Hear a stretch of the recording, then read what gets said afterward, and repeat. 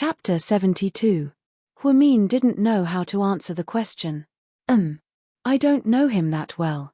He didn't want to be too high-profile, so he gave a vague answer. Upon hearing Huamin's words, the other three nurses looked slightly disappointed. Since the OB/GYN department wasn't busy, Huamin got up and went to visit his brother in the VIP room. However, he ran into the family of the patient from the other day at the door.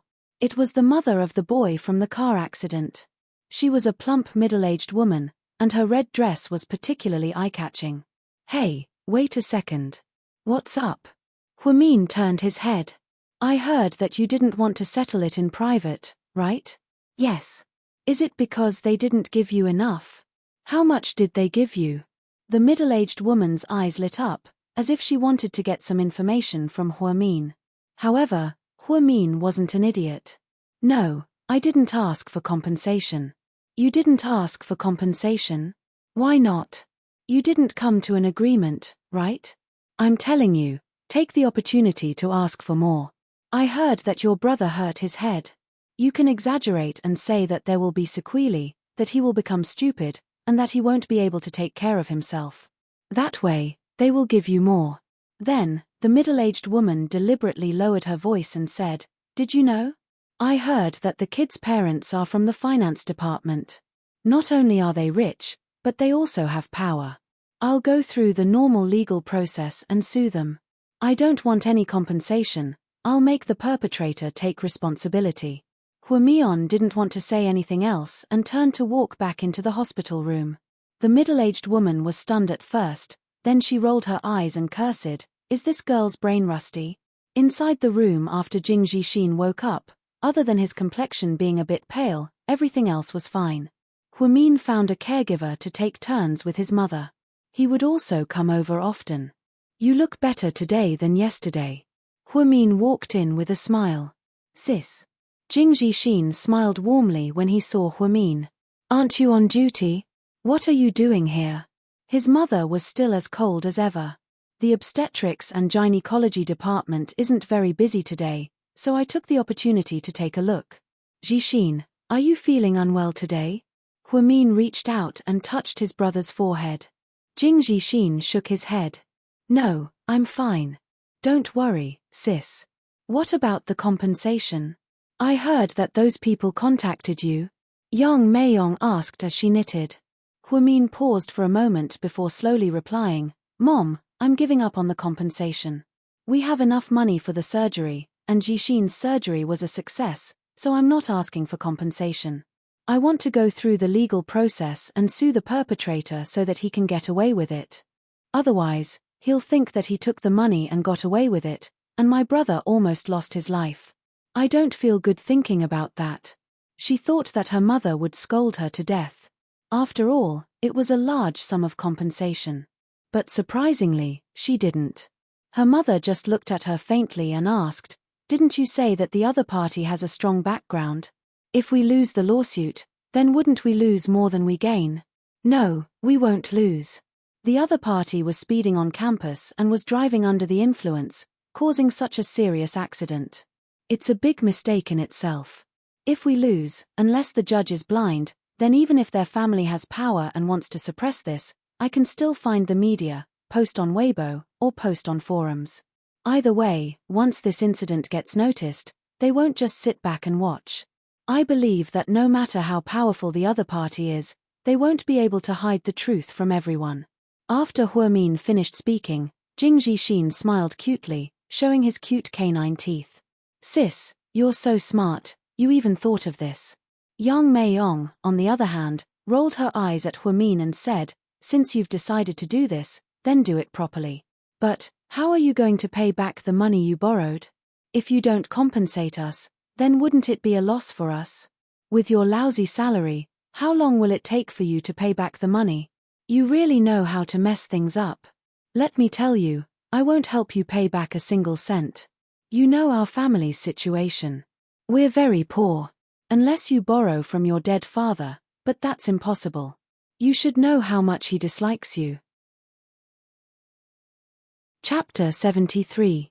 "Mom, you might not know about the law, but if we go through the normal procedure, they will still have to compensate us if they lose the case. It's just that they won't give us as much as they would if we settled the case privately. Normally, they will still have to pay for Jixin's medical bills. We just don't want to pay for the so-called nutrition and psychological damages. We won't ask for too much money. I don't want to make a fortune with my brother's health. If we win the case, they will still give us the most basic things, so we don't have to worry about the money. Sis, you're making it sound so complicated. How can Mom understand? Why don't you just say that if we settle the case privately, they might pay 1,000,000 yuan or so. However, if we go through the normal procedure, after the court sanctions them, they will only pay 300,000 yuan for Jixin's medical bills. There's a big difference in the middle, right? Jing Jixin said. Huamin nodded. Yang Meiyong didn't say anything. She only lowered her head and said in a low voice, I hope everything goes well. Huamin could tell that although his mother didn't look happy, she agreed with him. Just then, there was a knock on the door. Huamin was extremely nervous. He was really afraid that Qin Chu would suddenly come to the hospital. If his mother saw Qin Chu, the atmosphere would be very tense. Huamian let out a sigh of relief when she saw the person walking in. It was Ning Jiyuan. Jiyuan, Jing Jixin said slightly. Ning Jiyuan was wearing a white lab coat. He probably came from the on-call room as well. He held a fruit basket in his hand. He first looked at Huamin with a complicated expression. Then, he greeted Huamin's mother, Auntie. What are you doing here? Didn't you guys break up? Yang Meiyong said with a straight face. I'm here to see Jixin. He's recovering well, get well soon, Ning Jiyuan said to Jing Jixin as he put down the fruit basket. Thank you, Jiyuan. Jing Jixin smiled. Mion. He looked at Huamin and opened his mouth slightly, as if he wanted to say something but stopped. Can you come out for a second? I have something to tell you. If you have anything to say it here. My mother and brother are not outsiders. Ever since the day Huamin went to Ning Jiyuan's new house and saw him in bed with another woman, and then righteously refused to lend him money, his good impression of him had completely disappeared. In the past, she would even be grateful to him for pursuing her for a few years. Only now did she realize that a man could be so heartless when he turned hostile. If Ning Jiyuan had been willing to help her, she wouldn't have needed to beg Qin Chu. In the end, she still had to get married to Qin Chu. At the end of the day, Ning Jiyuan had become an important catalyst for this incident to develop to such an extent. At this point, Huamin felt that there was nothing more to say between the two of them. Upon hearing Huamin's words, Ning Jiyuan felt a little awkward. Then, he coughed lightly and said, Mion, I didn't expect this to happen so suddenly. At the time, I was blinded by jealousy. We've been together for more than 3 years, you should know how I feel about you. It's not that I don't want to help you, but I heard that you borrowed money for Jixin's surgery. I'm willing to help you pay it back. I can sell my house and car. Your family is my family, and Jixin is my brother. Can the two of us go back to? Before Ning Jiyuan could finish, Huamin decisively interrupted him. No. Mion, are you really not going to give me a chance? Ning Jiyuan begged. Huamian raised her head and looked into Ning Jiyuan's eyes as she asked, enunciating each word clearly, all I know is that when I was at my wit's end and had to beg you for help, when my brother was lying on the hospital bed and needed money to save his life, you were having an affair with another woman in the house that we shared the down payment for. Ning Jiyuan, I'm not a bun, and you're not a dog. Stop bothering me about what happened between you and me. I don't blame you for not helping me, but I really think it's a bit ridiculous that you're doing this with hindsight. Ning Jiyuan was so embarrassed by Huamian's words that he wanted to crawl into a hole and hide. At the same time, he was shocked. In his eyes, Huamin was always a gentle girl. How come she was so sharp-tongued now? Every word she said was like a knife, leaving him speechless. Mion, you seem to have changed, Ning Jiyuan hesitated for a long time before saying. Huamin smiled faintly upon hearing this. Chapter 74. You're wrong, it's not that I've changed, I've always been like this. That's why, you don't understand me at all these years. You only love the person you think I am, not the real me. The truth was, Huamin had wanted to say this for a long time. When she met Ning Jiyuan, she had already pretended to be an ordinary woman. After experiencing her unforgettable love with Qin Chu, her heart was as calm as the ocean. Therefore, the gentle, sensible, obedient, considerate, and even a little cowardly woman Ning Jiyuan saw wasn't the real Huimin at all. Humans were the smartest animals in the world. Sometimes, what you see is only what they want you to see. It's not who they really are. Only Qin Chu knew Huimin's true nature. She was witty, smart, sharp-tongued, and looked down on everything. Just like how Zhu Lingling described her, she was arrogant. That was the real her. Unfortunately, Ning Jiyuan hadn't seen her in the past few years. Now that they had broken up, he finally had the chance to see her. It was ironic. Mion. Ning Jiyuan seemed like he wanted to say something else. Enough, don't say anymore, I got the gist of it. When my daughter begged you, you were fooling around with another woman in the house, weren't you? Now that you heard that my Jixin is fine and that the surgery fees were paid, you came back to repent. You really are not a man. Before, I thought that you weren't that capable, but at least you were honest. Now, it seems like that's not the case at all.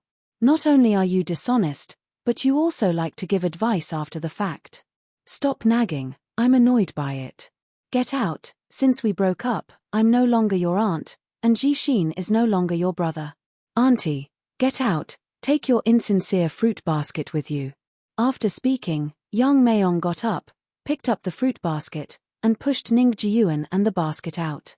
Mom, well done. You really helped sis vent her anger. Jing Jixin gave her a thumbs up. Yang Meiyong glanced coldly at Huimin. Next time you're looking for a man, you better open your eyes. What kind of trash is this? Got it, Mom. Then I'll go back to the OB/GYN department first. Don't be too tired. When the nurse comes to work, you should go home and rest. When Huimin walked out of the room, he felt a little uneasy. Although her mother didn't treat her well, her attitude towards Ning Jiyuan just now was obviously to protect her. However, if her mother knew that she was not only dating Qin Chu in private, but also married to him, she would be devastated.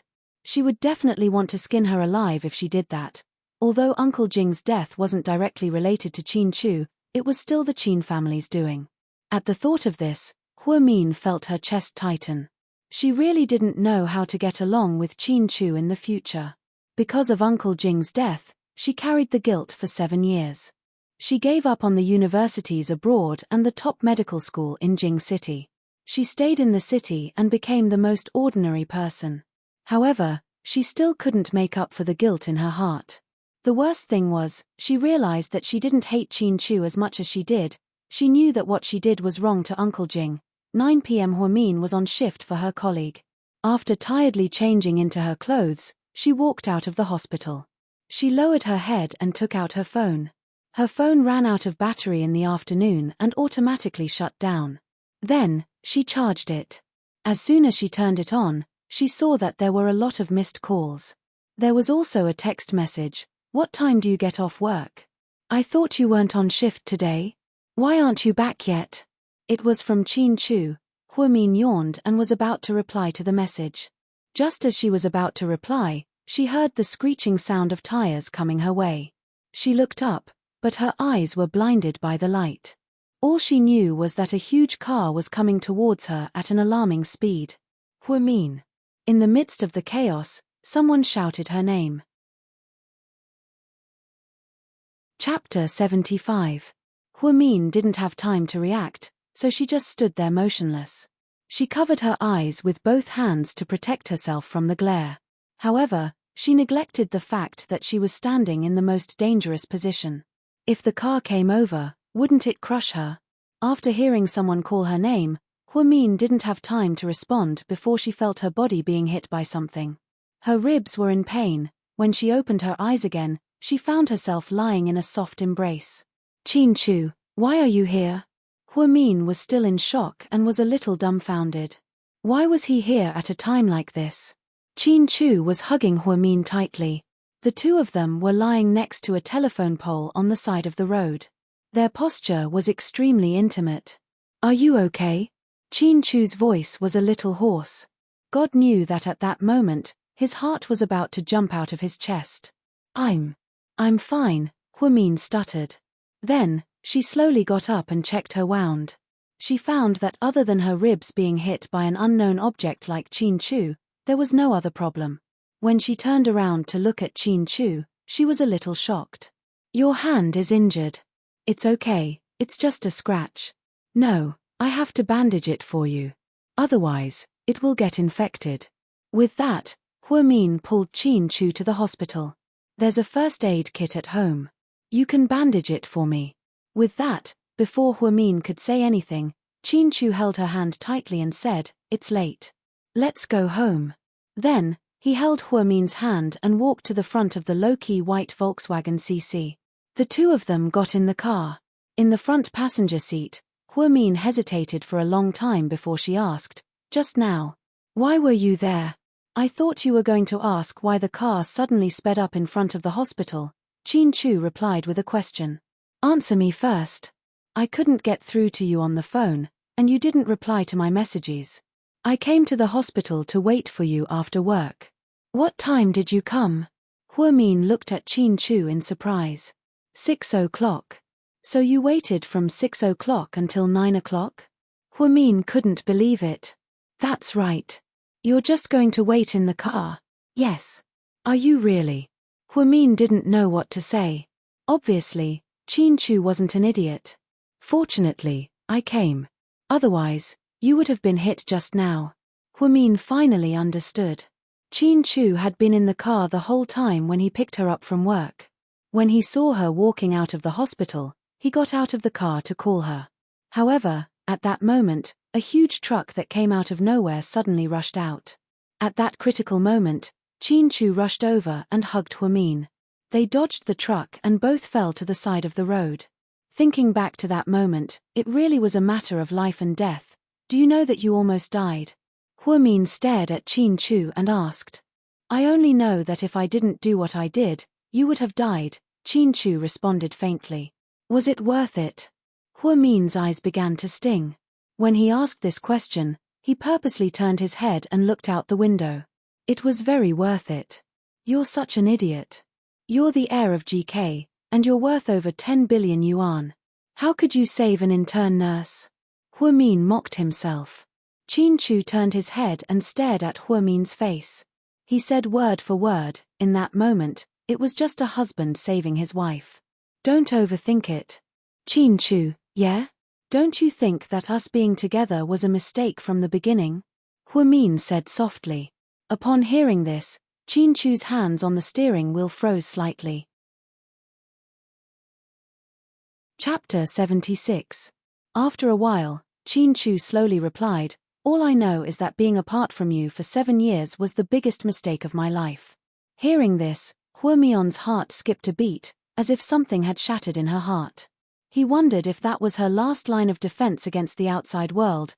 Then, the two of them didn't speak for the rest of the journey. When they arrived at Imperial Park, it was only 9:20 p.m. Huamin followed Chin-Chu's instructions and found the first aid kit in the living room cabinet. Then, the two of them sat on the sofa, and Huamin carefully treated Chin-Chu's wounds. Not only did Chin-Chu's palms get scratched, but his knees were also scraped. Blood seeped out, staining his expensive casual pants. "Wrap it up, don't let it get wet for a few days. Be careful when you shower," Huamin reminded him. "Okay. Also, take off your pants, I'll wash them for you." "It's okay, I'll just take these to the dry cleaners." "Okay, then you should rest early." "I'm a bit tired, I'm going to rest now." After speaking, Huamin was about to head upstairs. "Mion, I'm a bit hungry." Chin-Chu's words made Huamin stop in her tracks. "What do you want to eat?" "Anything is fine." Chin-Chu looked into her eyes. Huamin didn't want to look into Chin-Chu's eyes, so she turned around and walked towards the fridge. She opened the fridge and saw that it was filled with vegetables and fruits. It seemed like he prepared everything beforehand. Huamin took out egg noodles and a bunch of vegetables, then walked towards the kitchen. 20 minutes later, a bowl of piping hot egg noodles with vegetables was placed on the coffee table. "Eat it while it's hot." "You're not eating." "I already ate when I was on duty, I'm not hungry." Then, Huamin turned around and went upstairs. Chin-Chu sat on the sofa, picked up the chopsticks, and ate the noodles in small bites. An image seemed to appear in his mind. Chin-chu, the noodles in this restaurant are not delicious. How dare they sell such disgusting noodles for 15 renminbi a bowl? They are crazy. I will cook for you personally in the future. My noodles are very delicious. Really? If we lose our jobs in the future, you can support me by opening a noodle shop. Do you think I would want a man who lives off a woman as my husband? As long as I'm your husband, I don't mind living off you. 7 years ago, there were many beautiful memories. The street behind the school was filled with snacks. Chin-chu loved to eat noodles, so Huimin often went there with him. They went to many places, but there wasn't anything delicious. Thus, the conversation above occurred. At that time, Chin-chu thought that since he was with Huimin every day, he would have many opportunities to eat her noodles. But he never thought that he would wait for this opportunity for 7 years. Time was really a ruthless thing. Many beautiful things could only be supported by memories in the end. Although he risked his life to save her tonight, she was still a little distant from him. He knew what she was thinking.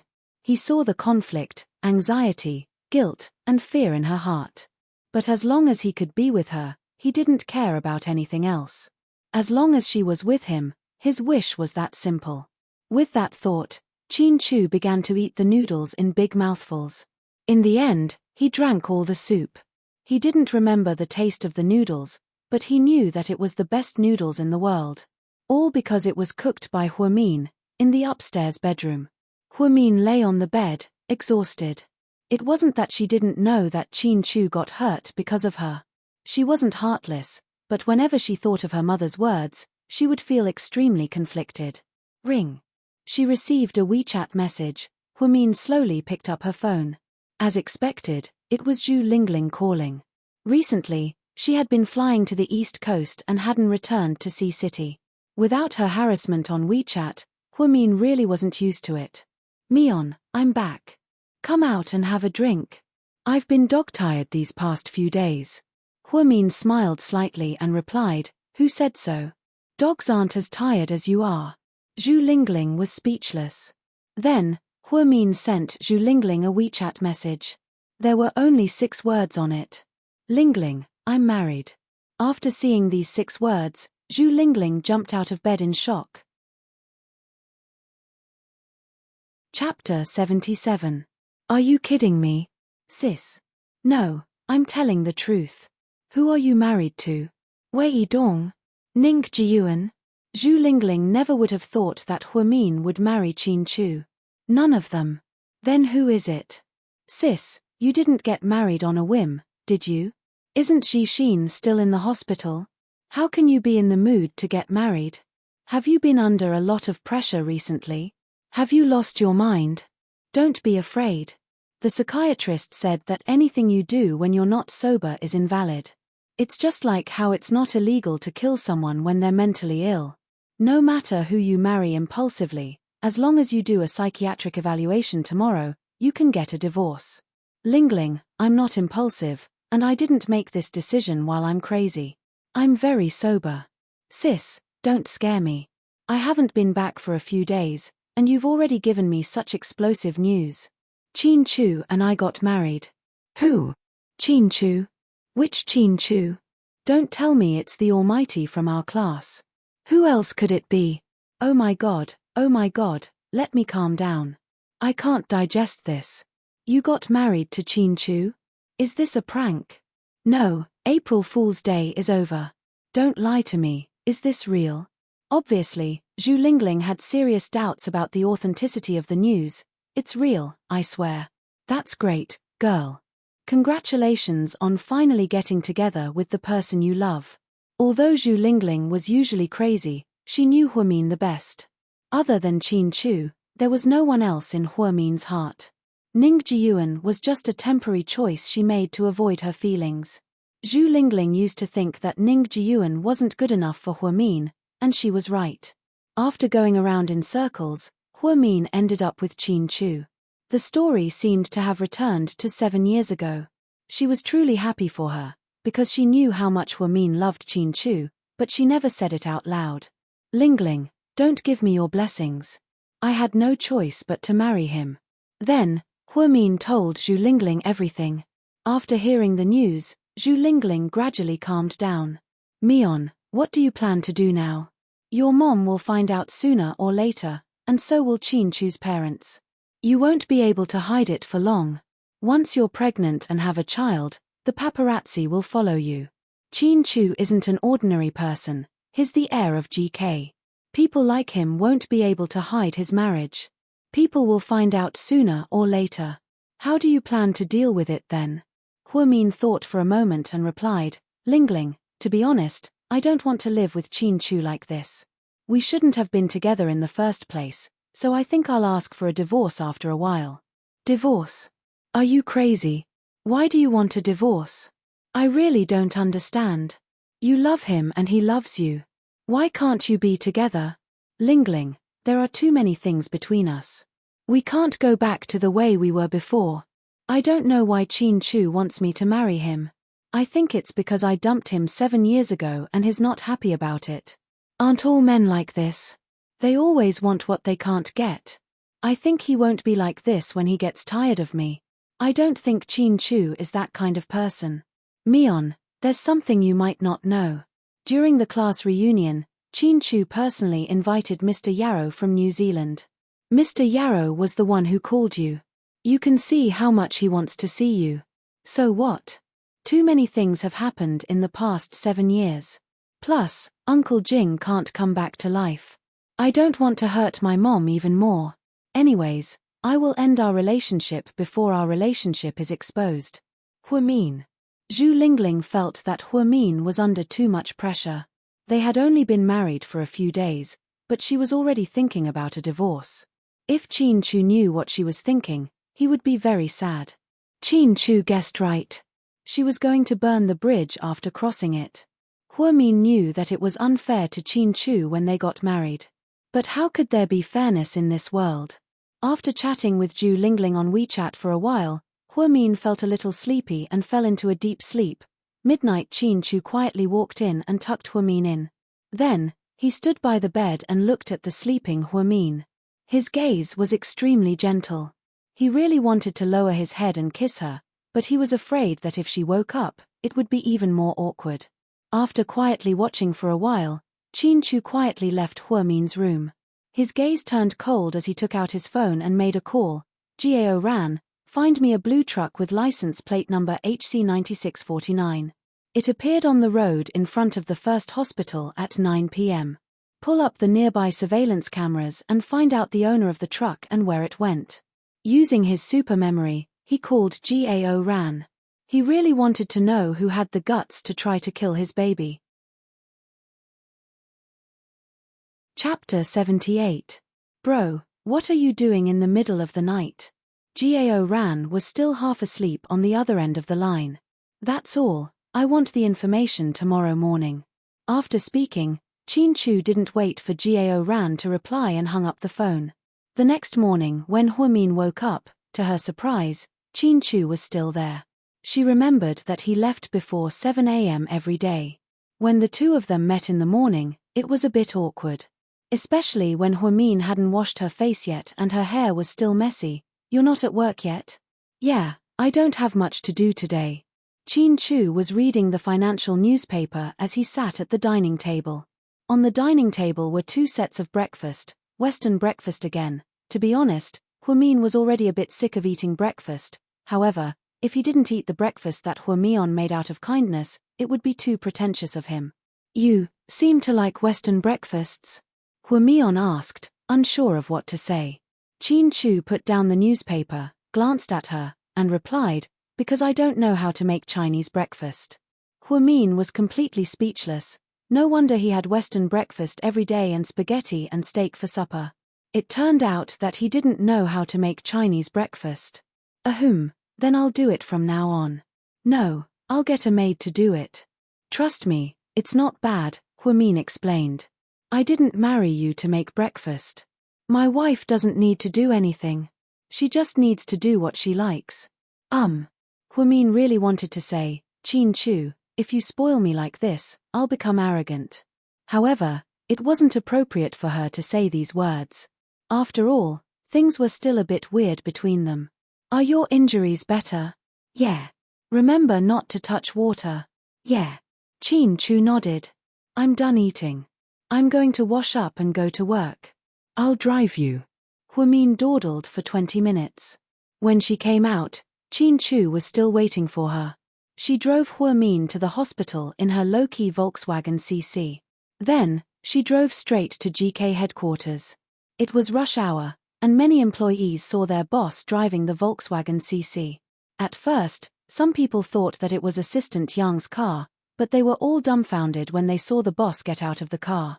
Thus, some people began to whisper, what kind of path is the CEO taking? If I'm not mistaken, that's a Volkswagen CC, right? It's not a luxury car, right? Another person replied softly, I'm guessing that the CEO is going to work with Volkswagen soon. Is our company going to build cars again? Not necessarily. Maybe the president is tired of driving luxury cars and wants to try something new. I think that's the case. Or perhaps, the president wants to give this car to a certain department as a bonus. The employees were all talking at once, but Chin-Chu was still doing things his own way. GK's office of the president, Chin-Chu was reviewing documents when Jiao Ran called him. Did you find anything? He asked. Of course, I'm the captain of the criminal police force. Do you think I'm a freeloader? I found it. I didn't know until I did, but when I did, I was shocked. Yesterday, this car almost hit someone in front of the hospital. I took a closer look and saw that it was you and Huamin, right? Jiao Ran asked nosily. Get to the point, what's the background of the car? Whose car is it? The owner of the car is Wu Shikai, the owner of Hongtai Logistics in our city. However, he's not here. The driver last night is an employee of his company, Wang Li. He's 32 years old, from our city, unmarried, and an alcoholic. He has a criminal record of theft and has a bad personality. I don't know why he appeared in front of the hospital last night, but he probably got drunk, Jiao Ran analyzed. That's impossible, he wasn't drunk. It was premeditated. He wanted to kill Huamin. Kill Huamin? Why? Jiao Ran was shocked. Who could a girl like Huamin possibly have a grudge against? Why would someone want to kill her? Leave the rest to me, that's all. After speaking, Chin-Chu hung up the phone. President Chin, the morning meeting is in 10 minutes, Assistant Yang reminded him. Cancel the morning meeting, I have something important to do. I won't see anyone in the morning, and I won't approve any documents. Yes, President Chin. Yang already knew the president's temperament, so he didn't dare to delay and left with instructions. Chin-Chu picked up his phone, hesitated for a moment, and then dialed a number.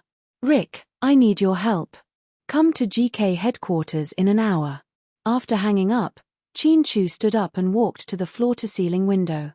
As he looked out at the heavy traffic outside, his eyes turned slightly cold.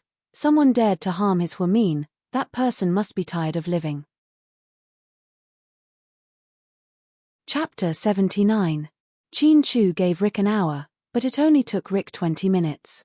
A fiery red Ferrari stopped in front of GK, and a tall man in a black leather jacket got out of the car. His appearance caused a commotion in GK.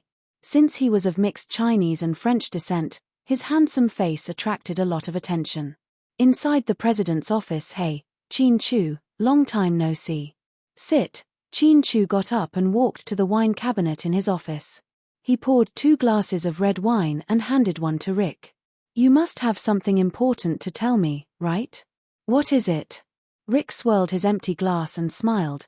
He had known Chin-Chu for many years. They didn't talk often, but they were good friends. The truth was, men didn't have the same friendship as women. They didn't go out for tea or shopping every other day. However, when they really needed each other, they would show up. Rick's mother was a French aristocrat, and his father was a local entrepreneur. Of course, he was only an entrepreneur on the surface. His family owned a 5-star hotel chain and the city's most luxurious nightclub, Seductive Fox. Rick's family's real business was the underworld, but it was a high-level underworld that had been cleaned up. Chin-Chu sat down across from Rick. He looked down at the red wine in his glass and slowly said, Wang Li, male, 32 years old, employee of Hongtai Logistics. Get rid of him? Rick made a throat-slitting gesture. Chin Chu shook his head. Last night, he drove a truck and deliberately hit people in front of the city hospital. Someone must have ordered him to do that. I need you to help me find out who it is. What happens after you find them? Kill them all? No, sometimes being alive is scarier than being dead. Let them reap what they sow anyways. I don't want to leave any loose ends behind. Chin Chu was worried about Huamin's safety, so after much thought, he decided to ask Rick to take care of him. Got it, leave it to me. Thank you. Chin Chu nodded in gratitude at Rick's loyalty. What are you thanking me for? It's all thanks to you that my brother's incident in America last time. Anyway, no matter when, just ask me. Rick finished the red wine in his glass in one gulp, stood up and patted Chin Chu's shoulder. Yes. By the way, how did this person offend you? Why are you asking me personally, huh? Rick was very puzzled. This kind of small punishment could be solved by Chin Chu in minutes. Why did he need to use him, a violent gangster? Because they almost hurt the person I care about the most, Chin Chu said word by word. The person you care about the most? Oh, I see. Looks like you're already with her. Congratulations. Rick smiled and turned to leave. For his friends who had known Chin Chu for many years, they all knew that Chin Chu only cared about one woman in his life. First hospital during his lunch break, Huamin was drinking water in the lounge when he recalled the frightening scene from yesterday. If Chin Chu hadn't hugged him in time and dodged, he would have been a corpse by now. The big truck was very fast and ferocious. Moreover, there was a speed bump in front of the hospital, indicating that it was not allowed to speed up. However, that person was still driving so fast. Was it as simple as being drunk? If it was in the past, Huamin wouldn't have thought too much about it.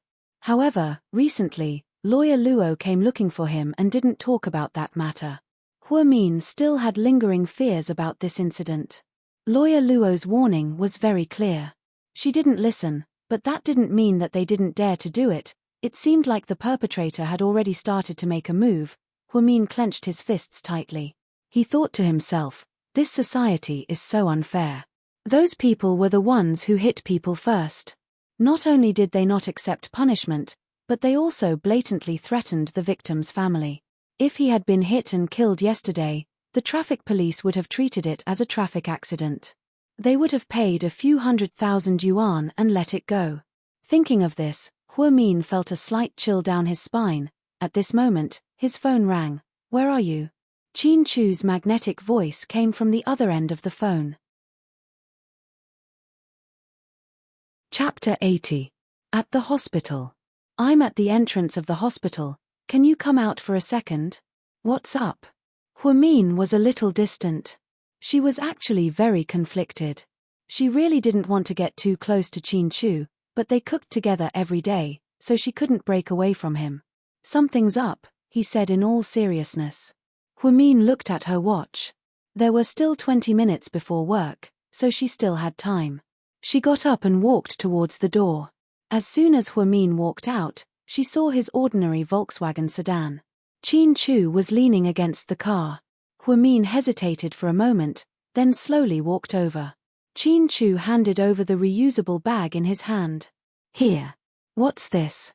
Huamin asked curiously. Afternoon tea. Thank you. Huamin took the bag and nodded her head in thanks. What do you want from me? Tell me, I'm almost at work. Huamin looked at Chin Chu, wondering why he was at the entrance of the hospital in the middle of the day. I just want to bring you afternoon tea. Huamin was completely speechless. Was this even a matter? He made it sound so serious that she thought it was something important. Actually, she didn't know that in Chin Chu's eyes, everything about Huamin was important to him. Okay, if there's nothing else, I'm leaving. Wait, Chin Chu shouted. Huamin turned around. Chin Chu reached out and tucked the hair on her forehead behind her ear. His movements were extremely gentle. Huamin's cheeks instantly turned red. She looked like a little girl who was experiencing her first awakening of love. Okay, go ahead. I can't pick you up after work today because I have something to do at the company. I'll be back later. But I'll send someone to pick you up. I'll call you then. No need. I'll take the bus myself. It's so close to home. However, no matter what Huamin said, Chin-Chu acted as if he didn't hear anything. He turned around and got into the car. Huamin sighed slightly and returned to the hospital with the bag. Inside the lounge she slowly opened the bag. Inside was a box of pink macarons, a box of puffs, a cup of hot coffee, and a box of 4 fruits: honeydew, watermelon, strawberries, and grapes. The packaging was exquisite, and the ingredients were very fresh. Wow, isn't this 37 degrees pastry? It's super expensive. It said that a cup of coffee costs more than 300 yuan. Senior sister, you're so extravagant. Tell me, did you buy a lottery ticket for 5 million yuan? Huang Yu came over and exclaimed when she saw the brand on the package. No, someone gave it to me. Why would I buy something so extravagant? 37 degrees. Huamin knew about it. It was the largest coffee shop in the area, and it was a place that specialized in afternoon tea. Most of the time, only socialites and rich women went there because ordinary people couldn't afford it. A cup of coffee cost more than 300 yuan, and apparently, even an ice cream cost more than 500 yuan. The prices were shockingly high. She estimated that the things Chin-Chu bought cost at least 1,000 yuan. 1,000 yuan was almost equivalent to her monthly living expenses. Now, Chin-Chu actually bought her 1,000 yuan afternoon tea. Huamin felt a faint pain in her heart. Perhaps she was used to being poor all these years, so she really couldn't bear to spend money like this. Someone gave it to you? You're probably a suitor. Haha, tell me, who gave it to you? Huang Yu smiled mysteriously. No, my best friend gave it to me. That flight attendant's best friend. You know who she is. Huamin had no choice but to use Zhu Lingling as an excuse. After that, the afternoon tea was distributed to a few young nurses in the department, and everyone ate with relish. Just as she was about to go to work, a male doctor suddenly knocked on her door. Excuse me, is Huamin here? I am. Huamin wiped the corner of her mouth, stood up, and said, Here, this is for you. The male doctor suddenly took out a bouquet of red roses from behind him. Huamin was momentarily dumbfounded. The point was, she didn't even know the guy in front of her. Could someone tell her what was going on? Chapter 81. Do we know each other? Huamin asked in confusion. The male doctor was wearing black-rimmed glasses and looked a little shy. You might not know me, so let me introduce myself. My name is Zhu Cheng. I'm a doctor from the 2nd ophthalmology department of our hospital. I've seen you many times, and you used to come to my department a lot. You're Dr. Ning's girlfriend, right? But I heard that you guys broke up recently, so I thought this might be my chance. I've been secretly in love with you for a long time. You look gentle, cute, pretty, and have a great body. You're my type, right? The male doctor rattled off a bunch of words and then sincerely handed over the roses. Huamin felt like he was struck by lightning. Wasn't this too dramatic? The nurses behind him almost couldn't hold back their laughter. Huamin glanced at the roses and then at Dr. Zhu. He said helplessly, I'm sorry, you're not my type. Then what type do you like? I can change it. Dr. Zhu didn't seem to give up. Huamin quickly waved his hand. No, don't change it, I can change it. Anyways, thank you, but I can't take the flowers. Huamin, please reconsider. It's really okay, I have to go to work. I'm in a hurry, so I'll be going now. Thank you. After he spoke, Huamin didn't wait for Dr. Zhu to say anything else. He walked into the OB/GYN consultation room through a side door and hid. Dr. Zhu was obviously disappointed. He stood at the door dejectedly. At this time, Huang Yu walked up and smiled. Hey, idiot, don't think about my senior, she won't like someone like you. Go back and take a good look in the mirror. It's not your fault that you're ugly, but it's wrong of you to come out and scare people. After she spoke, Huang Yu giggled and ran away. Dr. Zhu stood there dumbfounded. After a while, he slowly walked out with the flowers in his hands. He had been secretly in love with Huamin for a long time. In the past, whenever he saw Huamin and Ning Jiyuan talking together and seeing their dimples when they smiled, he felt especially warm. Later, He-Man told him that Ning Jiyuan and Huamin had broken up, so he wanted to give it a try. He didn't think that she wouldn't even give him a chance. Dr. Zhu was indeed a little ugly, but that wasn't the point. Most importantly, no matter how handsome he was, Huamin wouldn't accept him. To her, there was someone who had been deeply planted in her heart since 7 years ago, and no one could replace him. After manager Huamin, Hua, and Huamin, Huamin. The assistant didn't understand what the boss wanted. He had been busy the whole morning and didn't even have time to eat lunch. He only arrived at the airport when he was about to board the plane. He felt that the boss was always mysterious. Could it be that Huamin had a mistress? Was it the woman with a different identity from last time? Assistant Yang thought to himself. President Qin, these are the contracts that you signed with the client this afternoon. Here's the information, you can go through them on the plane. Okay. President Qin, you haven't had lunch yet. I wanted to order takeout for you, but it's too late. Why don't you eat something on the plane? I heard that the lunch in first class is pretty good. Okay. Qin Chu nodded. He was in a good mood.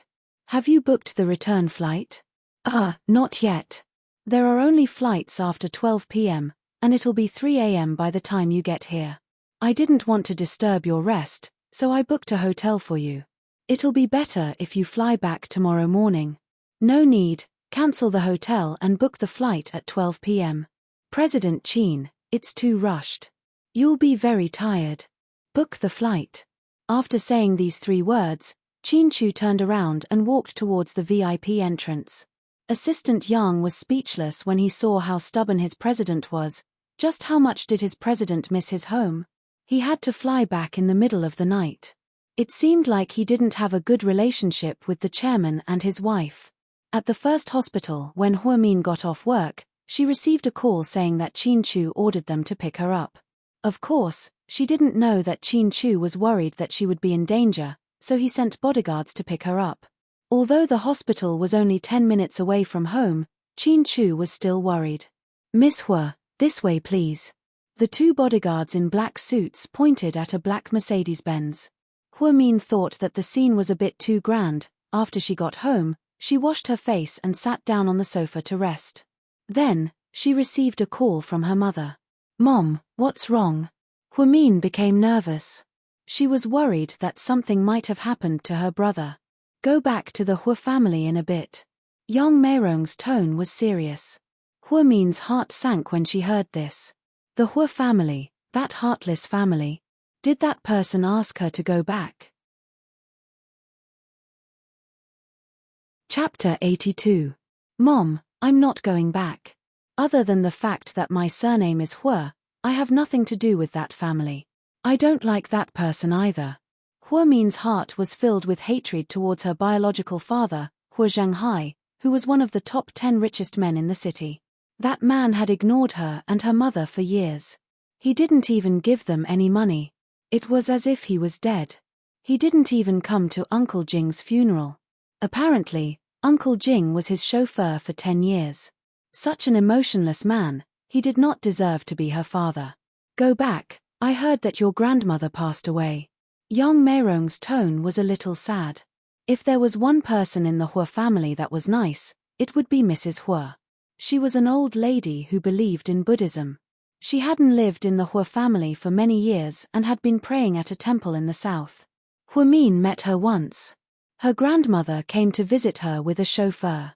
She bought her pretty clothes and even gave her money. However, her mother didn't seem to want it. That was 10 years ago. At the time, Huamin was only a teenager. Upon hearing that her grandmother passed away, Huamin's heart skipped a beat. It was an uncomfortable feeling. Go, don't worry about the others. Your grandmother was nice to you. She even came to visit you before. You should at least give her 10%. Okay, I got it. After hesitating for a moment, Huamin finally nodded. She walked to her closet and wanted to find a black shirt to wear to the funeral. Suddenly, she remembered that she had moved and didn't bring her things with her. Now, other than the white lab coat that she wore for work, she was wearing a white t-shirt and jeans. She opened the wardrobe door with melancholy and was shocked by the clothes in the wardrobe. There were dozens of clothes. They were all new and had labels. They were all luxury brands, and each one cost at least 4 figures. Dresses, jeans, t-shirts, sweaters, jackets, dresses, shawls. Everything was there: LV, Chanel, Versace, DG, Dior, Gucci, Prada, Valentino. Everything was there. Was he going to move a store here? Huamin randomly picked up a label and looked at the size. They were all size S, just the right size for her. Was all of this prepared by Qin Chu? But why hadn't he told her about it before? This guy. After recovering from the shock, Huamin took out a black dress from the wardrobe and put it on. It actually looked exceptionally good. She got into a taxi and arrived at the Hua family's villa in the western suburbs 40 minutes later. From afar, he could see many black cars parked outside. It seemed that they were all here to pay their respects. Huamin slowly walked in. "I'm sorry, please show me your invitation." The security guard at the door stopped Huamin. Huamin had never entered this house, so the security guard naturally did not recognize her. "I'll help Grandma." Huamin didn't finish his sentence. She saw a black Maserati stop beside her and roll down the window. Hua Xiqian said to the security guard, "Let her through. She's my sister." "Yes, young master." The security guard opened the door, and Huamin walked straight in. After Hua Xiqian parked the car, he ran up to him. "I didn't expect you to come. I thought you didn't want to come to this house." "Of course I don't want to come to this house. I just want to send Grandma off. It has nothing to do with anyone else," Huamin said coldly. "Mion, you look beautiful today." After speaking, Hua Xiqian didn't wait for Huamin to speak and walked towards the morning hall. "You're crazy." Huamin looked at his back and cursed. What kind of day was this? It was a day of mourning. Was this the time to praise someone's beauty? Huamin always felt that Hua Xiqian wasn't normal, even though he was very popular with women and had a high status in the family. Huamin also walked towards the morning hall. Everyone in the Hua family was kneeling there. First Madame Jiang Hong, second Madame Shenjiani, Hua Yangyang, and Hua Xiai were all there. In the middle was her biological father, Hua Zhenghai, whom she hadn't seen in many years. "This is..." Hua Zhenghai looked at Huamin and didn't recognize him at all. "Dad, this is Huamin," Hua Xiqian introduced. Hua Zhenghai was obviously slightly surprised when he heard this. He was the one who called Yang Meiyong and asked Huamin to come home. However, he really didn't know that the child had grown up so quickly. After hearing that it was Huamin, everyone looked over. Huamin just stood there quietly. There wasn't a trace of emotion on his face. Chapter 83. Huamin. Which Huamin? Is he the bastard that my father had with another woman outside? Hua Yangyang, Hua Xiqian's daughter, said this. This girl was spoiled to the point that she didn't care about anyone, so her words were vicious. "Who said I'm an illegitimate child? If that's the case, then you're also an illegitimate child, since you're also an illegitimate child." Hua Xiqian said this with a smile, so it looked like he was joking. Shenjiani's expression changed slightly when she heard this. Hua Yangyang was also unhappy. "Big brother, how can I be the same as her? I grew up in the Hua family, and my mother has status. Who does her mother think she is? She's just a bitch who ran away with a chauffeur." Huamin glanced at Hua Yangyang and said coldly, "A cultured person wouldn't open her mouth and curse. It seems like the socialite of the Hua family is only SOSO. Who are you calling uncultured?" Hua Yangyang was furious when she heard this, and she almost stood up. Shenjiani pulled her back. "Yangyang, don't cause trouble. Can't you see where we are? Since you're here, let's watch the coffin together. Quan, get her a mourning cloth," Hua Zhenghai, who had been silent the whole time, said. "Yes, master." Then, a servant brought in a long white mourning cloth. Huamin took it and tied it around his head. Then, he slowly knelt down in front of the mourning hall. In the middle of the mourning hall was the old madam's portrait. Huamin felt terrible, but it wasn't to the point of tears. That would seem too fake. The Hua family also knelt for a while and then rested. Hua Yangyang only knelt for a while before she said that she was dizzy and was helped into the mansion. Hua Xiai also ran out, saying that he was entertaining a friend. After that, only Hua Min and Hua Xiqian were left in the morning hall. Mion, take a rest if you're tired. You don't have to keep kneeling. I'm not tired, Hua Min replied while burning paper in the basin. It'll be dinner soon. Get up and wash your face first. I'm not hungry. Hua Min refused again. Hua Xiqian quietly stared at Hua Min's face. After a while, she said, if it weren't for the nanny's funeral, I'm afraid you wouldn't even enter this house, right? Yes. You're really straightforward. Hua Xiqian smiled slightly. Hua Min didn't say anything else.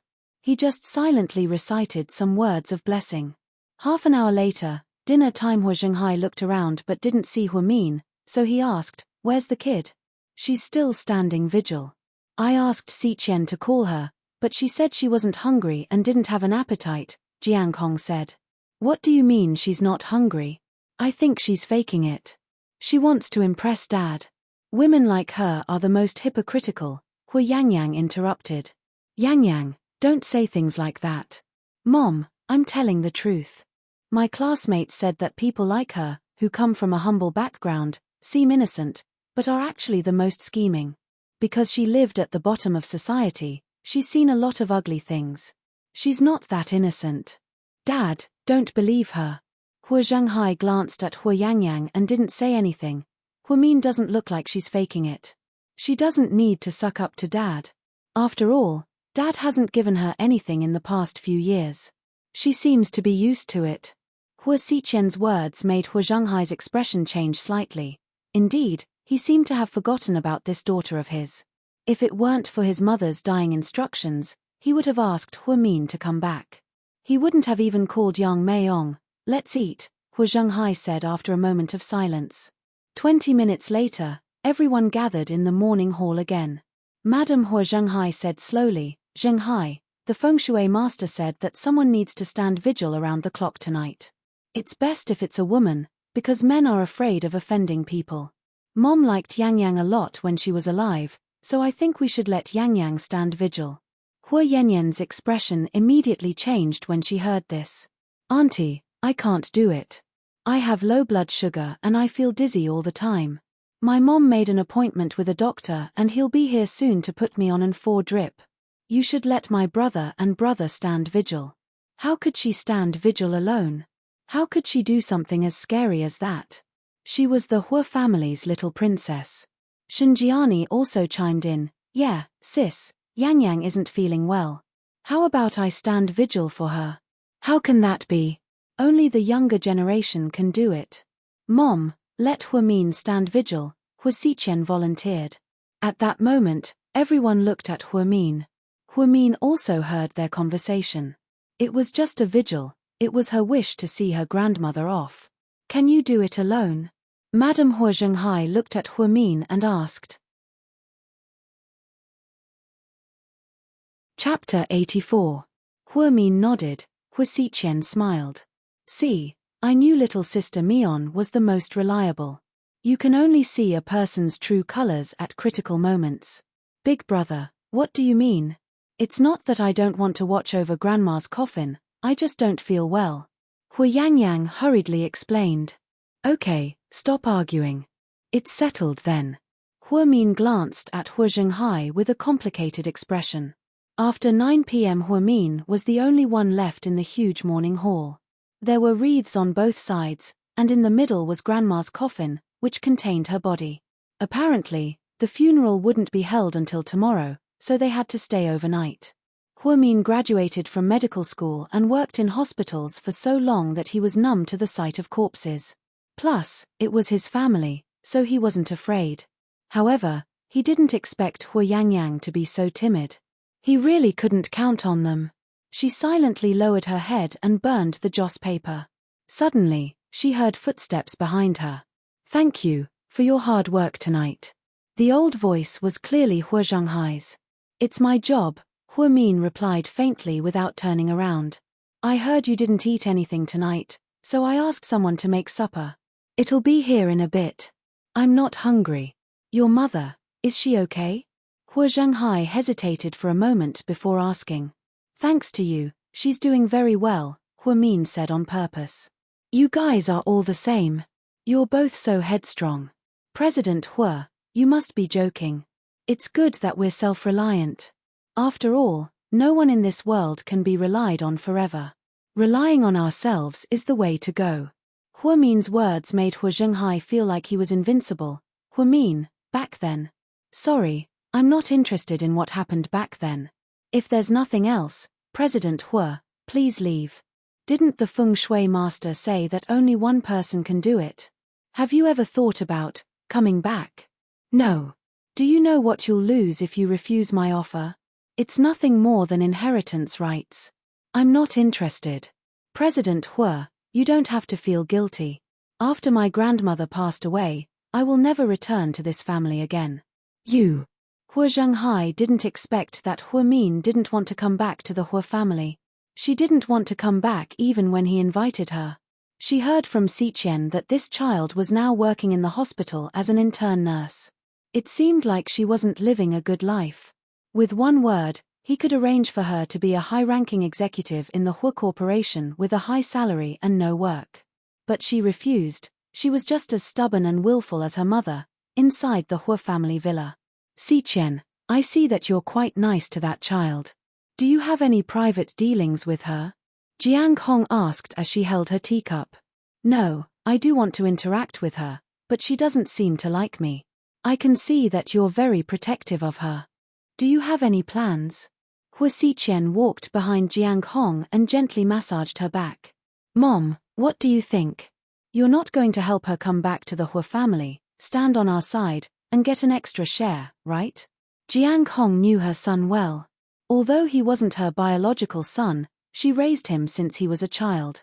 She knew that he wasn't someone who would take advantage of others. That's a great idea, but it's not going well. That girl doesn't seem to want to come back. Maybe the Hua family shares are a temptation, but she might not want them. Plus, she's living a normal life now. Really? I'll ask her later. If you want, I'll help you. No need, Mom. You should enjoy your old age. I'll take care of the internal strife. I won't care about those two idiots. Hua Xiqian smiled slightly. Qin Chu's flight was supposed to take off at 12 o'clock a.m. and arrive in the city at 3 o'clock a.m. However, he thought it was too late. After signing the contract, he drove to another city's airport and took another flight to come back earlier. It was only 11:50 a.m. when he got off the plane. He went straight to his home in Imperial Park after getting off the plane. He thought that Hua Min would be fast asleep, but when he opened the door, there was no one there. Hua Min's voice rang out. She adjusted the vibration so as not to disturb her grandmother's rest. What is it? You didn't come home, asked Qin Chu. I'm at the Hua residence, replied Hua Min calmly. Qin Chu frowned slightly. He knew the relationship between Hua Min and the Hua family very well. Didn't Hua Min hate going back to the Hua family? Grandma passed away. I'm here to keep vigil, explained Hua Min when Qin Chu didn't say anything. My condolences, comforted Qin Chu. I will. Are you the only one keeping vigil? Asked Qin Chu worriedly when he heard the silence. Chapter 85. Yes, Hua Min answered honestly. Are you scared? Qin Chu's voice suddenly became gentle, as if he was coaxing a child. Why would I be? I went to medical school, so I'm not interested in corpses anymore. It's just that when I think about my grandmother lying inside, I can't help but feel sad. Birth, old age, sickness, and death are the laws of nature. None of us can change them. Don't take it too hard. I know. After Hua Min said this, he added, Why are you still up so late? I just came back from a business trip. So late? Yeah. Then you must be tired. Rest early, Hua Min said softly. To her surprise, Qin Chu had no intention of resting at all. He replied, Let's keep the call going. I'll stay with you. Perhaps he was afraid that Hua Min would reject him, so Qin Chu added, I'll stay with you like this.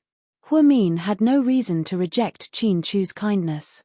She knew what kind of person he was. She didn't know if it was because she had stayed up all night, but her eyes felt slightly sore. Okay.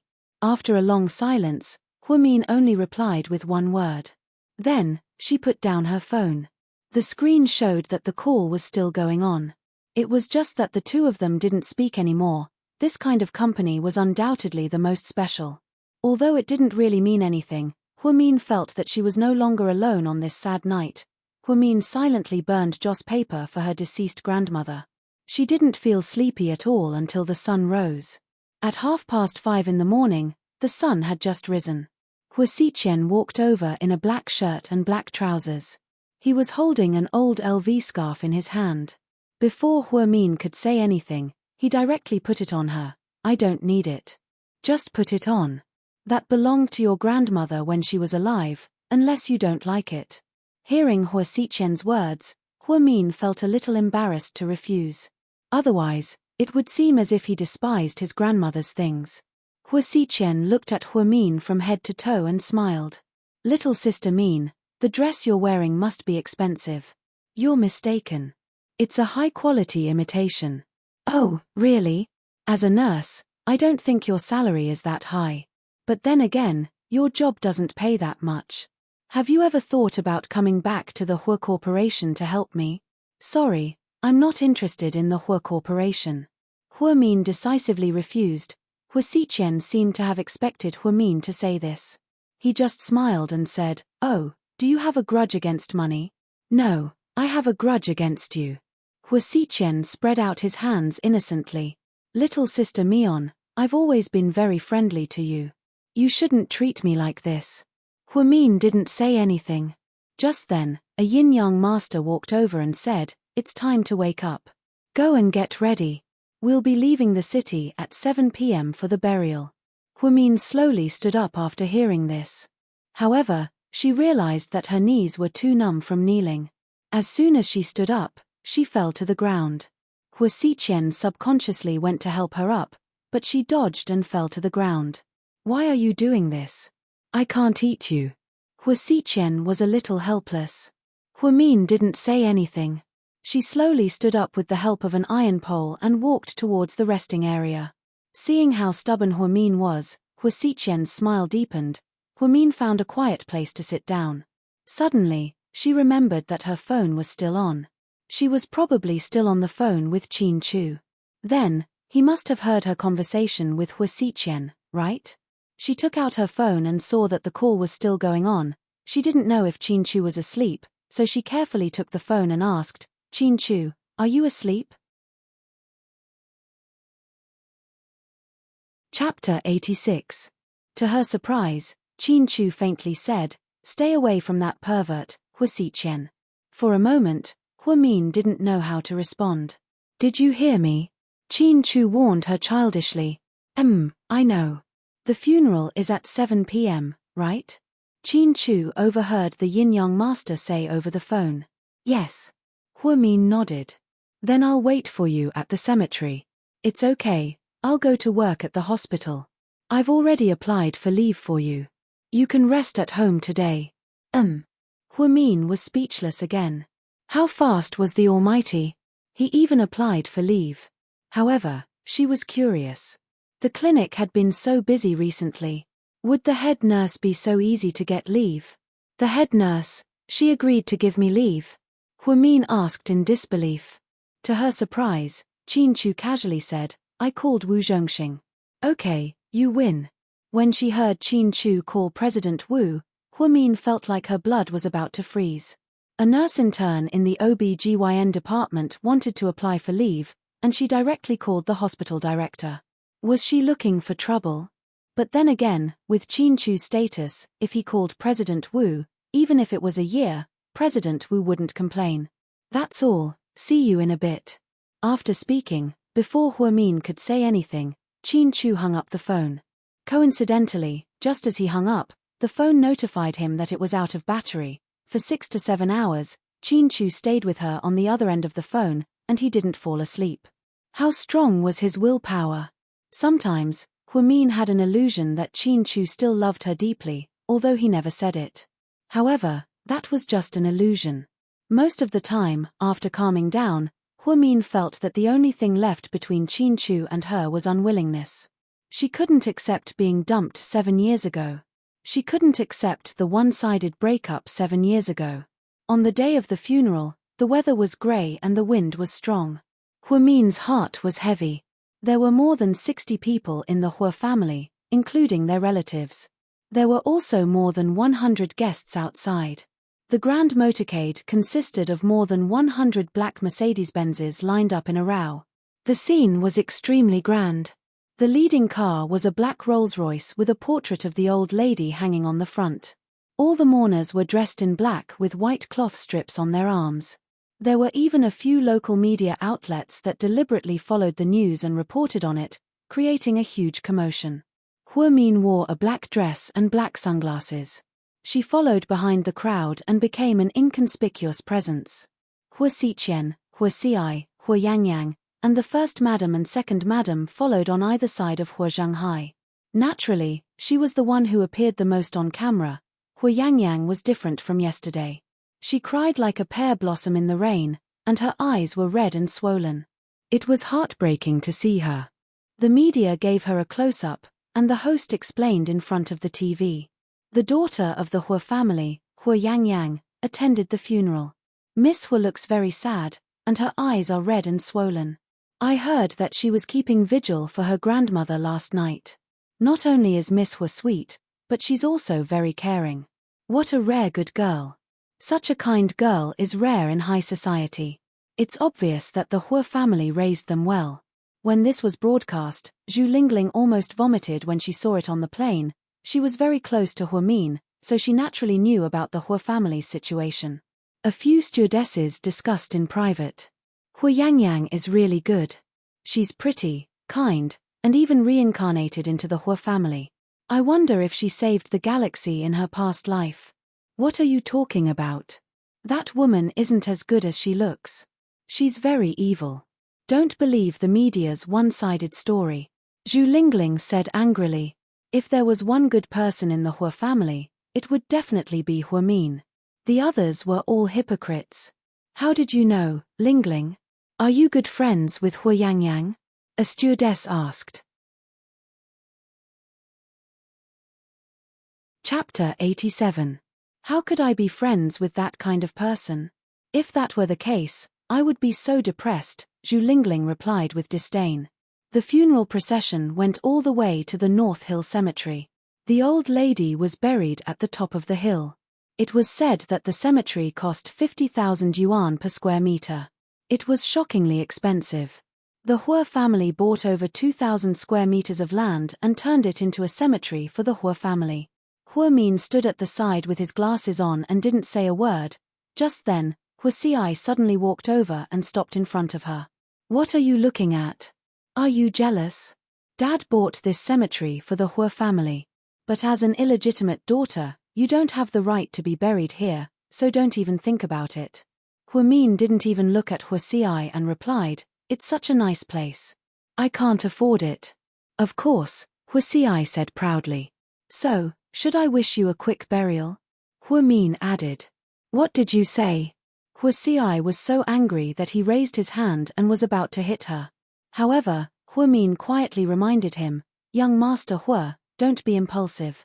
The media is here and they're just waiting for some pictures to show you. If you want to be in the headlines, then go ahead and hit me. I'll cooperate with you. You'd better watch out for me." Upon hearing Min's words, Hua Xi immediately put down his hand and looked around. Luckily, the media didn't take any pictures of them. He angrily cursed and turned to leave. Hua Xi was just like Hua Yangyang. He was spoiled and arrogant, so he was part of the Hua family. Hua Xi was young and aggressive. His competition with Hua Xiqian was getting more and more intense. He relied on his father's love and his mother's help. He was becoming more and more like the future head of the Hua family. However, Min thought that Hua Xiqian could deal with this brainless guy in a matter of minutes. The only reason why Hua Xi didn't do anything was because the female celebrity behind him was difficult to deal with. However, she wasn't interested in the Hua family's competition at all. No matter who won or lost, it had nothing to do with her. After the funeral procession, all the motorcade returned to the Hua manor one after another. Apparently, Hu Shanghai had prepared 60 tables of banquets at a 5-star hotel to thank those who had come to pay their respects. Hu Min naturally would not go again. She had done what she should do.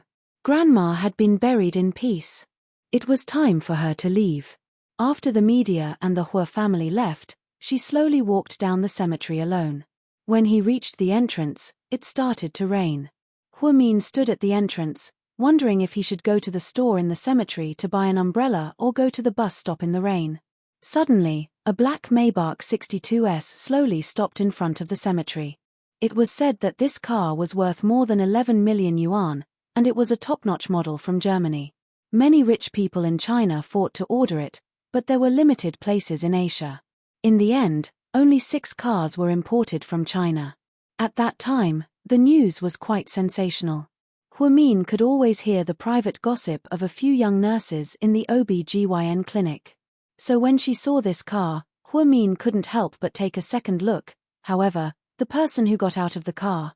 Wait, why did he look so familiar? Qin Chu was wearing a black slim-fit suit with a small white flower on his chest. He looked like the perfect funeral procession. After he got out of the car, he slowly opened the black umbrella. Then, he walked towards Hu Min. Hu Min didn't know what to say when she saw Qin Chu's outfit. She knew that he was dressed like this out of respect for Grandma. If I didn't come to pick you up, were you planning on going home in the rain? Qin Chu looked at Hu Min and asked. Aren't you here now? Hu Min paused for a moment before slowly speaking. Qin Chu was a bit helpless. He took out a white handkerchief from his pocket and wiped the rain off Hu Min's forehead. Get in the car.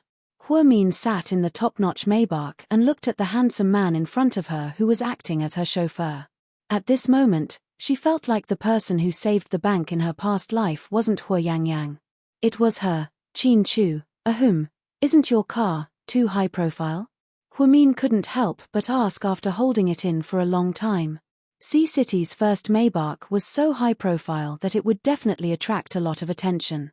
Was it really a good idea for him to attract hatred like this? Chapter 88. Qin Chu said faintly, "This is the only black car left in the garage." Hu Min was speechless again. Rich people could do whatever they wanted. Qin Chu drove all the way to Imperial Park. After Hu Min went upstairs, she suddenly felt a sense of belonging. No matter how busy or tired you were, you would feel at ease when you returned to a place. Maybe it was a habit or because she was too tired, but Hu Min curled up on the sofa and fell asleep after changing her shoes. Qin Chu saw her like this and frowned slightly. His heart ached for her. Then, he took out a white blanket from the bedroom and covered Hu Min with it. Hu Min fell asleep in a daze and had a dream. In her dream, her grandmother was sitting on a green rock in front of the temple, embroidering a handkerchief. She heard that her grandmother was born into a rich family and her embroidery skills were excellent. Later on, her family fell apart and she had to wander around with her grandfather. Later on, her grandfather started from scratch and owned a small factory. He became busier and busier, and her grandmother was left to do some handicrafts at home. 25 years ago, before Hu Min was born, her grandfather passed away from lung cancer. Old Madame Hu moved out and lived in the temple all year round, saying that she was praying for her grandfather. In the end, she was just an infatuated woman. Hu Min and her grandmother had only met a few times, but because of that little bit of kinship, she still remembered it to this day. She dreamt that she slowly walked over, leaned on her grandmother's knee, and slowly fell asleep. The sunlight from the temple was exceptionally warm and enveloped her whole body. That kind of happiness was indescribable. When Hu Min woke up, she saw a white blanket covering her body. It was made of bamboo charcoal fiber and was very smooth when it covered her body. Other than Qin Chu, she couldn't think of anyone else. She looked at her charged phone and saw that it was already 11:30 p.m. It seemed like she had slept for 3 to 4 hours. Hu Min was a little hungry. She got up and yawned, then went upstairs to the sauna room on the second floor. There was a public steam room on the second floor where people could take a bath and steam themselves. The decoration was very Korean style. However, he had never used the Hu Min because he felt that it was inconvenient because it was public. However, Qin Chu wasn't home today. She was alone at home, so she wanted to sweat it out and get rid of her fatigue. After she finished showering, she realized that she had forgotten to bring a towel. In desperation, Huamin had no choice but to grab a towel from the sauna room, wrap it around the key parts of his body, and then carefully walk out. When Huamin walked along the corridor to the bedroom, the door of the study magically opened. Qin Chu's sudden appearance left Huamin completely dumbfounded. Then, an even more melodramatic scene appeared. In her nervousness, she wanted to hug the towels tightly, but the two towels actually loosened. Slowly descending, "Ah!" Huamian shrieked and covered her face with her hands, not knowing what to do. This was because she heard a joke before. There was a bathhouse on fire, and many beautiful women ran out. Some covered their upper bodies, while others covered their lower bodies. Only one beauty calmly walked out and only covered her face. She proudly said that no one would know who she was like this. Then, Huamin really did just cover her face. Qin Chu was a little dumbfounded by her actions. Then, looking at her exposed body, Qin Chu gulped and tried his best to control a certain desire in his heart. "There are only two of us in the room, so, is there really a need to cover your face?" Qin Chu coughed and asked. Chapter 89. Get up. Huamin panicked when she saw that Qin Chu had no intention of leaving. "Are you sure you're not trying to seduce me by walking up and down the hallway naked in broad daylight?" Qin Chu looked at Huamin in amusement, his gaze never leaving her naked body. "I thought you weren't home. Who knew you would be home at this hour? Don't you need to go to work?" Huamin angrily raised her hand and pointed at Qin Chu, her face full of anger. Qin Chu didn't say anything, his gaze trailed down her plump upper body. "Pervert." Huamin suddenly felt like she had been seen naked. Then, in the next second, she violently pushed Qin Chu away and quickly ran into the bedroom.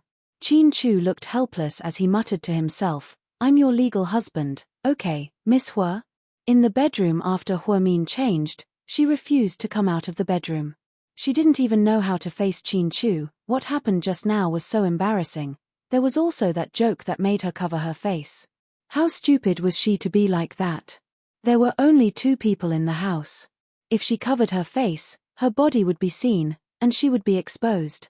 If Zhu Lingling knew about this, she would definitely say, "Oh my god, are you still the genius with an IQ of 130? I think you've degenerated to the point of dementia in the past 7 years." Most importantly, Huamin thought that Qin Chu had gone to work. Shouldn't the president of GK be very, very busy? Why was he wandering around the house in the middle of the day? Plus, it wasn't the weekend. Could someone tell her what was going on? Qin Chu was indeed supposed to go to work today, but he was worried about Huamin. He was worried that she wouldn't have anything to eat when she woke up. Therefore, he simply used the computer in the study to have a video conference. Then, he received the email and processed all the documents for the day. He looked at the time. It was almost noon. Thinking that Huamin might wake up soon, he walked out of the study. Yet, he didn't expect to see such an erotic scene. 7 years ago, they had indeed slept together, but they were young and ignorant at that time, so they did not have any good memories. Moreover, both of them were adults. They had been married for many days, but they had not slept together. Now that such a thing had happened, it was a lot more awkward. Of course, it was awkward for Huamin. Qin Chu, on the other hand, felt that this was a good thing. At least today, he found out that Huamin was actually so capable. Who would have thought that a seemingly thin and weak body would actually have protruding areas and perky areas?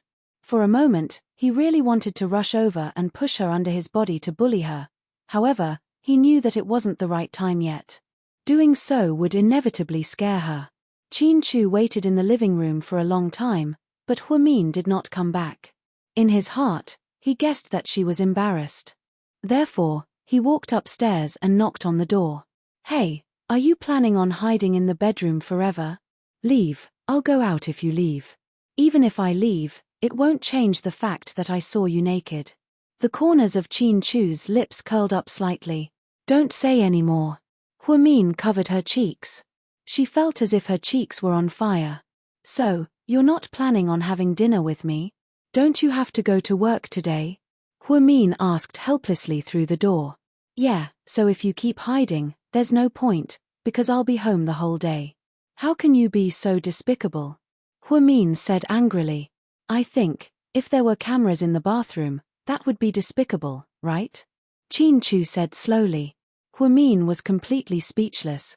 Come out, let's go eat. I'm not eating. Fine, since you're so stubborn, then I'll have to call Wu Zhongxing and tell him that my wife is not going to work. From now on, she'll be hiding in the bedroom every day. After speaking, Chin-Chu pretended to leave. As expected, Huamin immediately opened the door. Hey, stop right there, who are you to interfere with my work? It's good that you're out. Let's go eat, I'm starving. After speaking, Chin-Chu took the lead and went downstairs. Huamin was wearing a set of light yellow sportswear. Her hair was still wet, so it was carelessly loose. However, her get-up made her look much younger. At first glance, one would think that she was a high school student. Inside the Maybach, when Chin-Chu saw Huamin's get-up, he stared at her for a few seconds. An imperceptible gentleness flashed across his eyes. What are you looking at? Haven't you seen a pretty girl before? Huamin turned her head away, purposely not looking at Chin-Chu. Chapter 90. Chin-Chu smiled slightly and replied slowly, Yeah, I've never seen a beauty who only covers her face without clothes. Hey! Huamian felt so embarrassed that she wanted to dig a hole in the ground and hide in it. If you don't stop, I'm getting out of the car, Huamin said as he opened the car door. However, Chin-Chu grabbed his arm and said, Stop messing around. Huamin felt the warmth of Chin-Chu's palm through his clothes. Huamin felt his heart race. Then, Chin-Chu pulled back his hand and focused on driving. The two of them were silent the entire way. 30 minutes later, the car stopped at the food street behind Second High School. Huamin looked at his alma mater and recalled a lot of memories. I heard that this land is going to be occupied. Really? When? Chin-Chu asked casually. It should be this year. Last year, this place was marked for demolition. I heard that the school is going to be moved to the outskirts. Why is the news I received different from yours? I heard that no one is going to move this land. Really? Huamin looked at Chin-Chu in disbelief. Yeah, I heard that it has no commercial value and no one wants it. After speaking, Chin-Chu turned around and walked into a restaurant. Arshin's Ramen. Arshin was the name of this restaurant. The owner was a Taiwanese called Arshin. He was in his 40s. His wife was a local, so he and his wife moved here 20 years ago. They had a son and a daughter and were very happy. When Chin-Chu and Huamin were in high school, they often came here to eat noodles. Huamin came here because the noodles were not only delicious, but also very cheap. The ramen only cost 2 yuan a bowl. It was quite a lot. Although the side dish was only chopped green onions, it tasted really good. At first, Chin-Chu didn't like the food at the roadside stall and refused to come. Later, he couldn't resist Huamin's temptation and started eating as well. Habit is a scary thing. Once you get used to something, it's hard to change it. Huamin looked at the noodle shop. It looked exactly the same as it did 7 years ago. He felt as if he had traveled back in time. After breaking up with Chin-Chu, she basically never came back because she was afraid of touching something deep in her heart. She did not expect Chin-Chu to take the initiative to come here. Boss, 2 bowls of ramen please, Chin-Chu said. Okay. The enthusiastic boss answered while cooking the noodles. Why are you still standing there? Come here. Chin-Chu shouted when he saw Huamin standing at the door in a daze. Only then did Huamin come back to his senses. He slowly walked in and took a seat. Boss, how much is a bowl of your ramen now? Huamin was curious. She guessed that with the current prices, it should be at least $10 a bowl. Unexpectedly, the boss just laughed and said, It's still the same. 2. Huamin was shocked. Yes. But the prices are so high now. Aren't you going to lose money? Huamin was confused. The boss wiped the sweat off his forehead and smiled foolishly. I'm not going to lose money. It's just that I make very little money. Then why don't you raise the price? It's not like everyone can't accept it.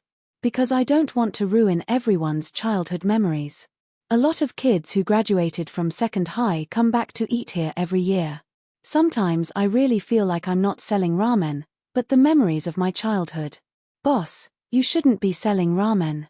You should be a writer. You're just like Yu Choyu. Huimin laughed. I'm just an uneducated man who doesn't know anything about literature. But my wife said that happiness in this world can't be bought with money.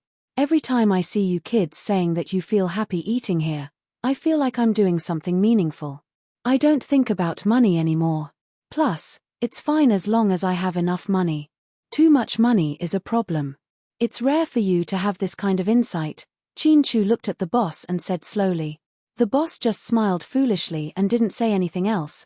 After a while, 2 bowls of steaming hot ramen were served. Huimin picked up the chopsticks and couldn't wait to take a bite. It was exactly the same as it was back then. It's delicious. Huimin said emotionally. Eat more if it's delicious. Chin-Chu looked at Huimin's satisfied face and felt happy.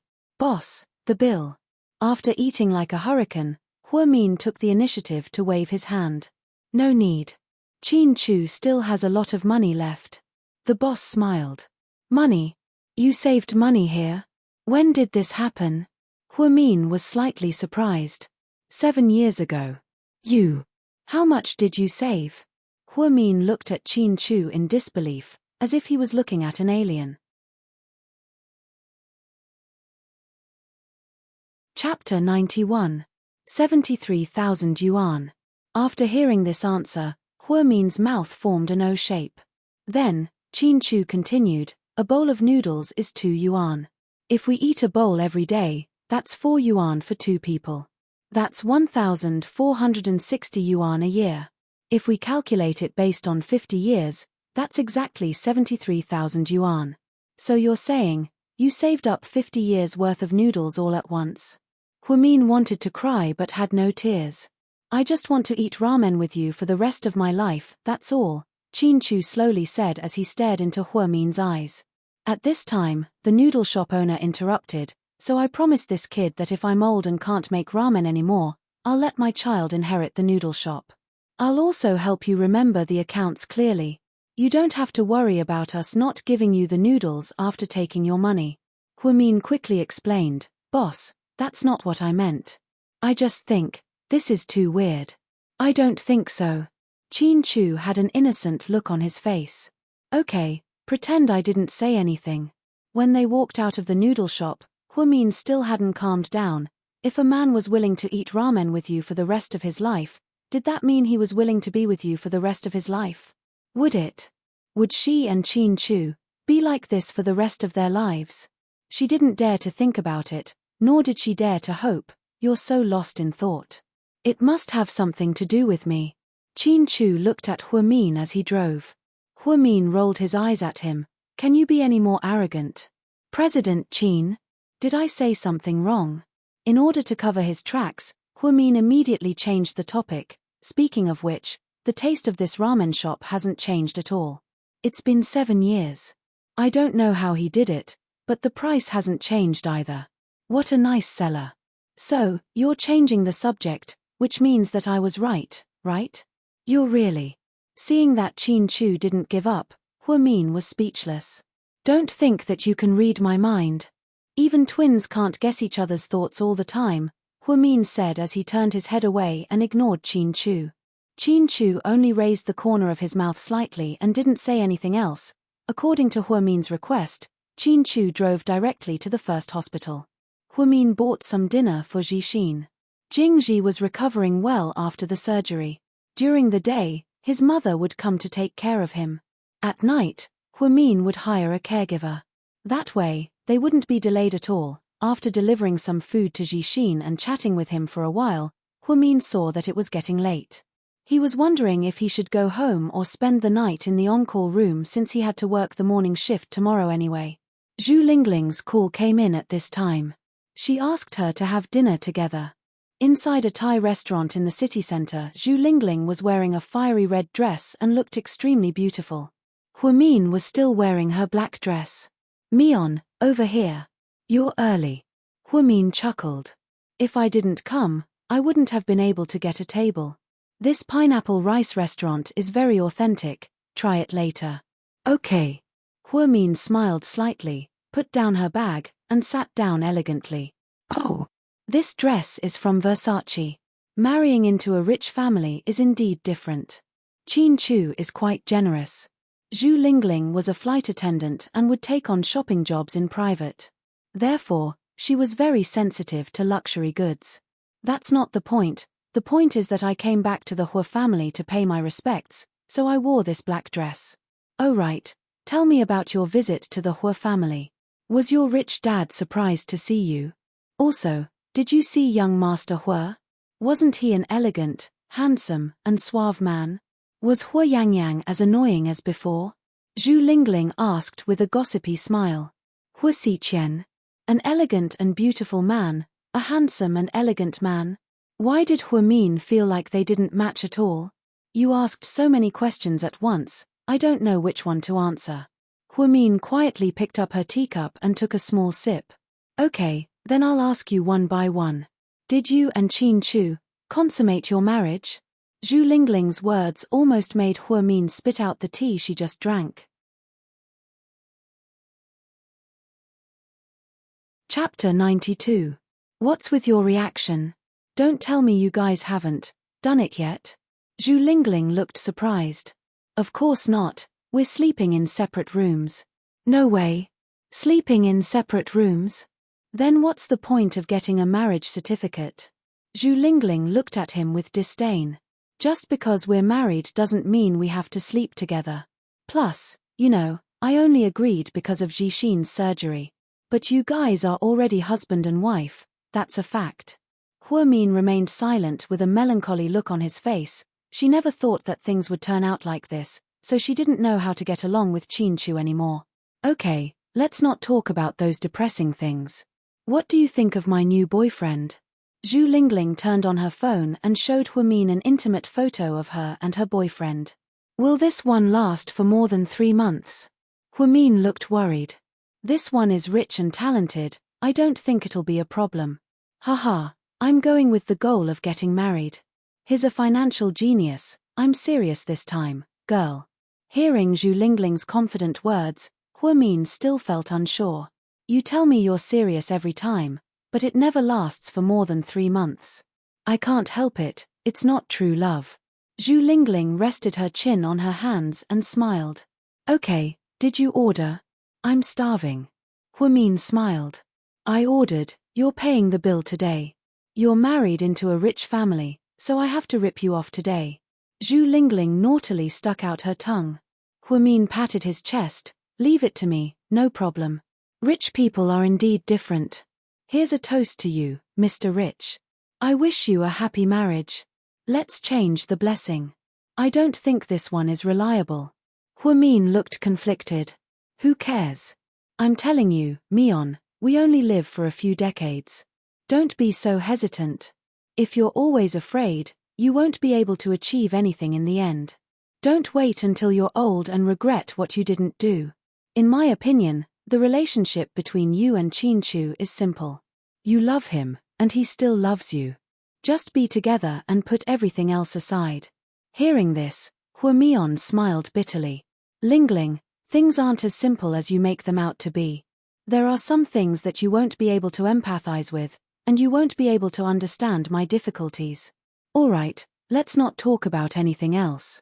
It wasn't easy for us to have a meal together, so let's be happy. After speaking, the two women raised their glasses. The meal cost more than 700 yuan. It was indeed a little extravagant. However, after Huamin paid the bill, Zhu Lingling stuffed a big red packet into her hand. Huamin froze. What's the meaning of this? It's a gift for you. Huamin didn't know whether to laugh or cry. Sis, I'm not married yet. But you've already gotten your marriage certificate. You have to be polite. Fine, you win. Huamin had no choice but to accept Zhu Lingling's red packet. It was at least 5,000 yuan. All these years, if there was one thing that made her happy, it was her best friend, Zhu Lingling. She was always by her side when she was in trouble. She never left her side. Huamin once thought that friendship could sometimes last longer than love. After eating with Zhu Lingling, Min took a taxi back to Imperial Park. Just as she was about to get out of the car, her phone suddenly rang. "Miss Hua, I'm Lawyer Luo." "What's up?" Min's expression immediately darkened when she heard that it was Lawyer Luo.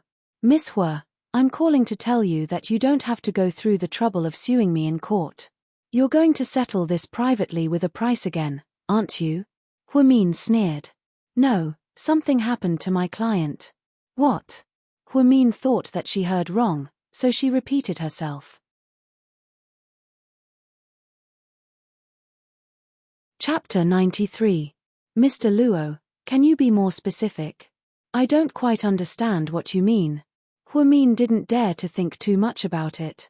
After all, this was the guy who was making a fuss a few days ago. Didn't he say that he had a powerful background, that he was from Enchanting, and that he had relatives who were high-ranking officials? 2 nights ago, something happened to my client's family. He was taken away by the Anti-Corruption Bureau for investigation because he was suspected of corruption. The head of the Ministry of Transportation also came down and said that they would investigate the serial car accident at the university. If convicted, my client, Lu Yigang, will face 5 to 10 years in prison. Oh, isn't that good? That's what they mean by justice has a long arm. Min's lips curled up slightly. He thought to himself, retribution comes so quickly, but I'm very confused. Why is it so coincidental that something happened to my client's family and the Ministry of Transportation came down to investigate? The media didn't follow up on this incident too much. So what do you mean? Min could tell that there was more to his words. What I mean is, haha. I didn't recognize you before, so I hope Miss Hua won't take it to heart. I didn't know that you had someone powerful backing you up. You were able to shake up the Ministry of Finance in such a short period of time and even command the Ministry of Transportation to arrest people. This kind of power is truly intimidating. I hope Miss Hua can forgive me for my inappropriate words in the past. I'm calling today to apologize to you. If you don't mind, I'd like to invite you to dinner. There's no need for that. I understand what you mean. Since the defendant has been arrested, there's no need for me to sue. However, I don't quite understand what you mean by someone powerful. Some things don't need to be said so clearly. Anyway, Miss Hua is very lucky. You're also someone I can't afford to offend. Please forgive me if I offended you in any way. After hanging up the phone, Min had a faint premonition in her heart. She had never told Chu about this incident. Could it be that Chu was involved? Otherwise, how could it be so coincidental that the victim was taken away by the Ministry of Transportation to investigate the accident? Everything was going according to her wishes. If this was the will of the heavens, if the heavens had eyes, she couldn't convince herself. With a heavy heart, Min returned to Imperial Park. Chu hadn't come back yet because he had been working overnight. After Min came back, he became obsessed with cleanliness. He wiped the entire living room with a mop. When he was done, he was already sweating profusely. She was just about to get up and take a shower when she heard the sound of a key unlocking the door. Then, he became slightly nervous. It was strange. He clearly knew that it could only be Chu and no one else. But why was he still inexplicably nervous? "You're not on night duty today?" She didn't know when it started, but Chu seemed to remember Min's shift schedule better than she did. "No, I just had dinner with Lingling and came back." Chu nodded and didn't say anything. He looked a little tired. He took off his coat and went upstairs to the bedroom. "Did you have dinner?" "I did." Chu stopped and turned around to look at Min. "Oh." Min was a little distracted. "Do you have something to say to me?" Seeing Min's worried expression, Chu raised his eyebrows and asked. "Yes."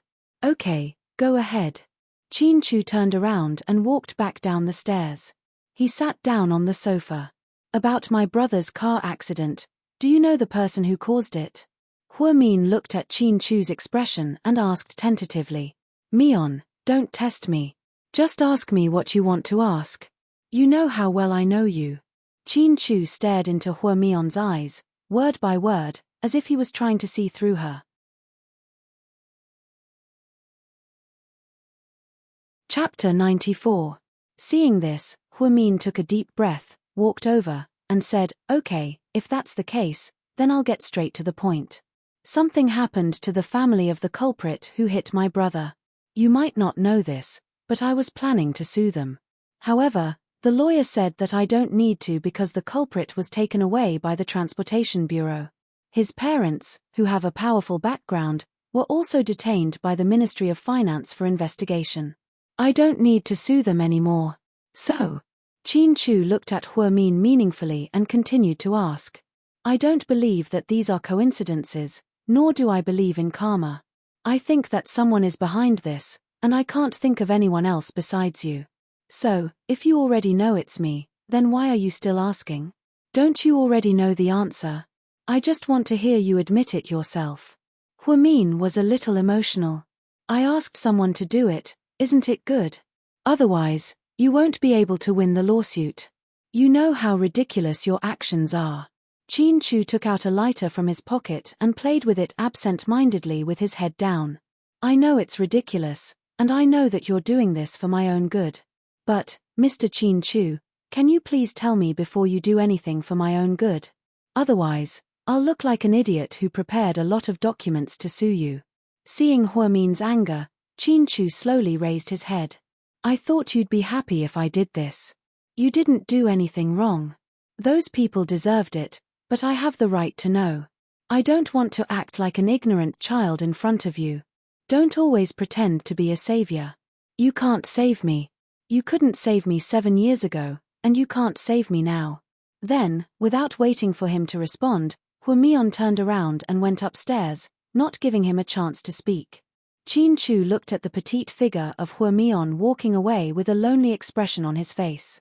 Then, he muttered to himself, "Mion, I just thought that if there's no justice in this world, I'll make one for you." Unfortunately, Huamin didn't hear this. In fact, the relationship between two people was very complicated. Because people had different personalities, it led to many misunderstandings. There were some words and some people that she wouldn't understand if you didn't tell her. There were some things and some people that she wouldn't understand even if you told her. There were also some words and people that you didn't say, but she understood. On the other hand, Qin Chu thought that he was being nice to Huamin, so he acted on his own initiative. On the other hand, Huamin felt that he didn't know anything about this. He felt as if his pride had been hurt. Huamin returned to his room. He didn't sleep well the whole night and was in a very bad mood. The next morning, she woke up at 6 in the morning and prepared to go to work early to avoid meeting the two of them. However, she still met Qin Chu in the living room. "You're early?" Qin Chu was wearing a white shirt and had 2 glasses of milk in his hands. Her answer was obviously perfunctory. "Have some breakfast before you go." "It's okay, I'm not hungry."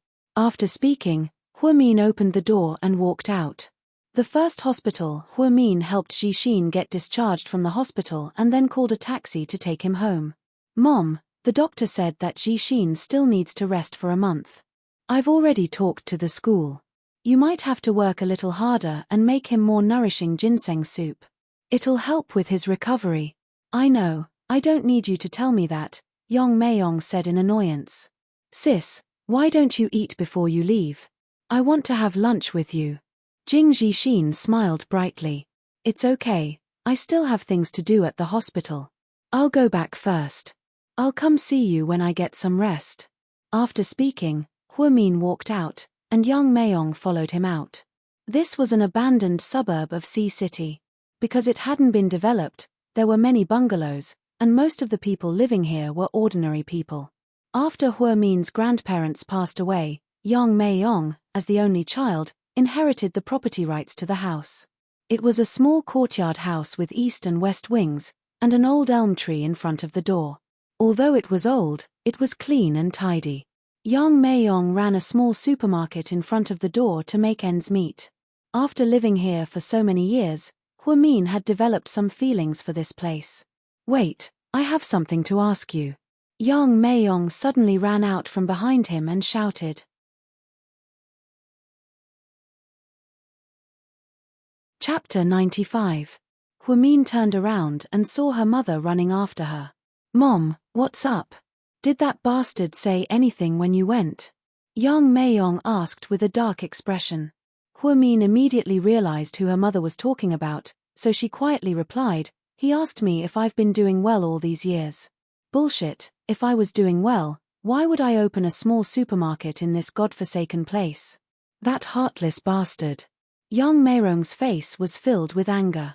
Hua Min also remained silent. I mean, didn't he ask you to work at the Hua Corporation or something? After all, you're his daughter. Oh, he did. He asked me if I wanted to go back, and I refused, Hua Min said honestly. What? You refused? Are you an idiot? Yang Meiyong pushed Hua Min so hard that she almost fell to the ground. Mom, you know, we've been doing well all these years even without him. No, we haven't been doing well. Which one of your eyes saw us doing well? If you were doing well, you wouldn't be studying at a local medical school with good grades, but you can't even be a doctor and can only be an intern nurse. If you were doing well, Jixin would be in a car accident and have to borrow money from everywhere. Do you think I would open a small supermarket in this godforsaken place to make a living? Yang Meiyong was a little emotional. But Mom, at least we've been living peacefully these years. If you were to live a luxurious life while living in a world of scheming and scheming, would you be willing to do that? Her mother remained silent after hearing this. When I went back this time, I saw the fight between those two women and the conspiracy between their children. I don't think there's anything crueler than that. All that's left between family members is profit. Do you want me to become like that? Then at least you'll have money, and we won't have to suffer. I have money too, I can earn it. Mom, don't worry, I'll make sure you and Jixin live a good life. I won't go back to the Hua family, even if you beat me or scold me. That's all. Hua Min was resolute. No matter what Yang Meiyong said, she would never go back to the Hua family. When this girl was stubborn, even 10 old cows couldn't pull her back. Hua Min left the house and went straight back to the first hospital for duty. Qin Chu, on the other hand, spent the entire day at GK headquarters, looking extremely depressed. Boss isn't in a good mood today. You guys better work hard and don't make any mistakes, okay? Assistant Yang whispered to the female secretaries in the secretarial office. I think it's okay. No matter if the president is happy or not, he seems to be the same. He doesn't show his emotions on his face. Speaking of which, Assistant Yang, how can you tell? If I can't even tell this much, then wouldn't I be an assistant for nothing? Anyway, be careful and don't cause any trouble. After that, Yang knocked on the door and walked into the president's office. CEO Qin, the schedule for the afternoon is as follows. You have to meet with a client from Thailand at 2 o'clock. Then, you have to play golf with CEO Zhang from Tianhe Trade at 4:30. After that, you have to attend a charity banquet at 6 o'clock. Got it, Qin Chu replied casually. President Qin, do you have a date for the charity banquet? Yang asked tentatively. No. Should we? Assistant Yang didn't get to finish his sentence before Qin Chu choked on his words. No need. Okay, then I'll go now, Yang said as he walked out of the office. He was still wondering why the president didn't seem right this morning. First of all, he didn't drive that low-key white Volkswagen CC anymore. Instead, he switched to an extremely high-profile Maybach, which was extremely eye-catching. Second of all, the president's office wasn't playing Milk Tea's song. Instead, it was playing a sad English song. Therefore, he boldly speculated that the president wasn't in a good mood. Could it be that he had a fight with his lover? Just as he was thinking, he heard the president's voice from behind him. Wait. President Qin, is there something else? If a woman is mad at you, how can you reconcile with her? Reconcile? Yang was confused. President Qin, do you mean how to make her happy? Yang asked uncertainly. That's pretty much it, Qin Chu said as he typed furiously on the keyboard of his laptop. So, President Qin, did you make your girlfriend angry? Xiao Yang asked again, not afraid of death. Then, the president shot him a murderous look.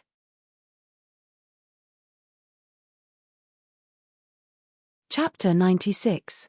I didn't hire you to dig into my personal affairs. Yes, I understand, boss. What I mean is, I have to know the reason before I can help you draw a conclusion. After all, I've been there before. I chased my wife for 3 years, dated her for 2 years, and finally got married after 5 years. My wife is a very emotional woman, so I'm very experienced in coaxing women, Assistant Yang said with a smile. Tell me, I'm listening. Send her flowers, 99 roses, to where she works. Vulgar, Chin Chu said coldly. Then buy her a gift, a luxury diamond ring or something. These girls love it so much that they can't put it down. She doesn't. Chin Chu knew Huamin too well. She didn't care about material things. Then pretend to send her a package, and then hide in the box to give her a surprise. Last time I scared my wife to tears. Before Assistant Yang could finish, he swallowed back his words. Because he noticed that the president's expression was getting worse and worse. You can leave first, I need some time alone. Chin Chu really suspected that this assistant wasn't here to help him, but to set him up. How did he get a wife with his IQ? It was an unsolved mystery. Okay, boss.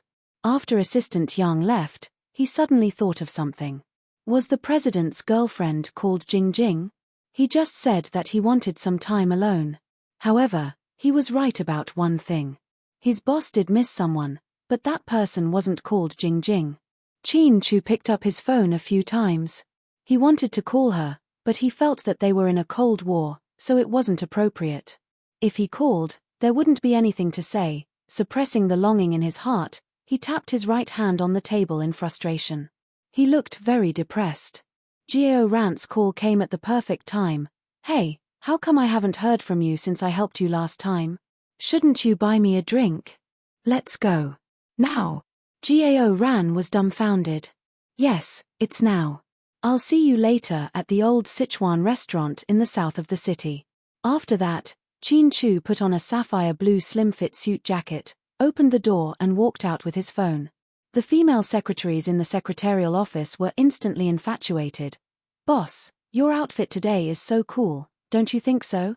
It's not the clothes that are too cool. It's our boss's good looks, so everything he wears is pleasing to the eye. Yeah, I don't have to talk to the boss every day. I'm satisfied just by looking at him a few times. I wonder what kind of woman could catch the boss eye. I'm so envious.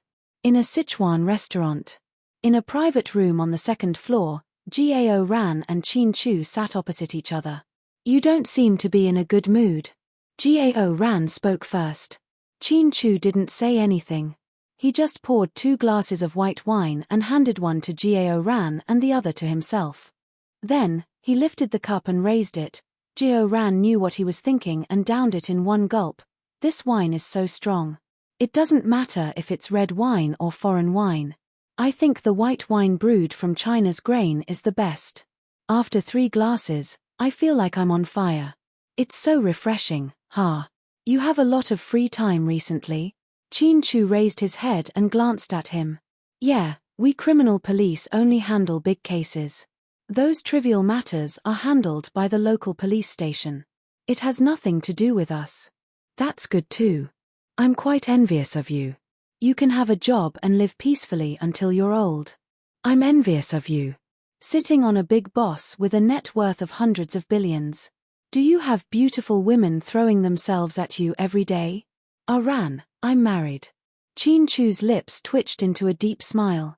Fortunately, he had already swallowed the mouthful of white wine. Otherwise, Gao Ran would have spat it out.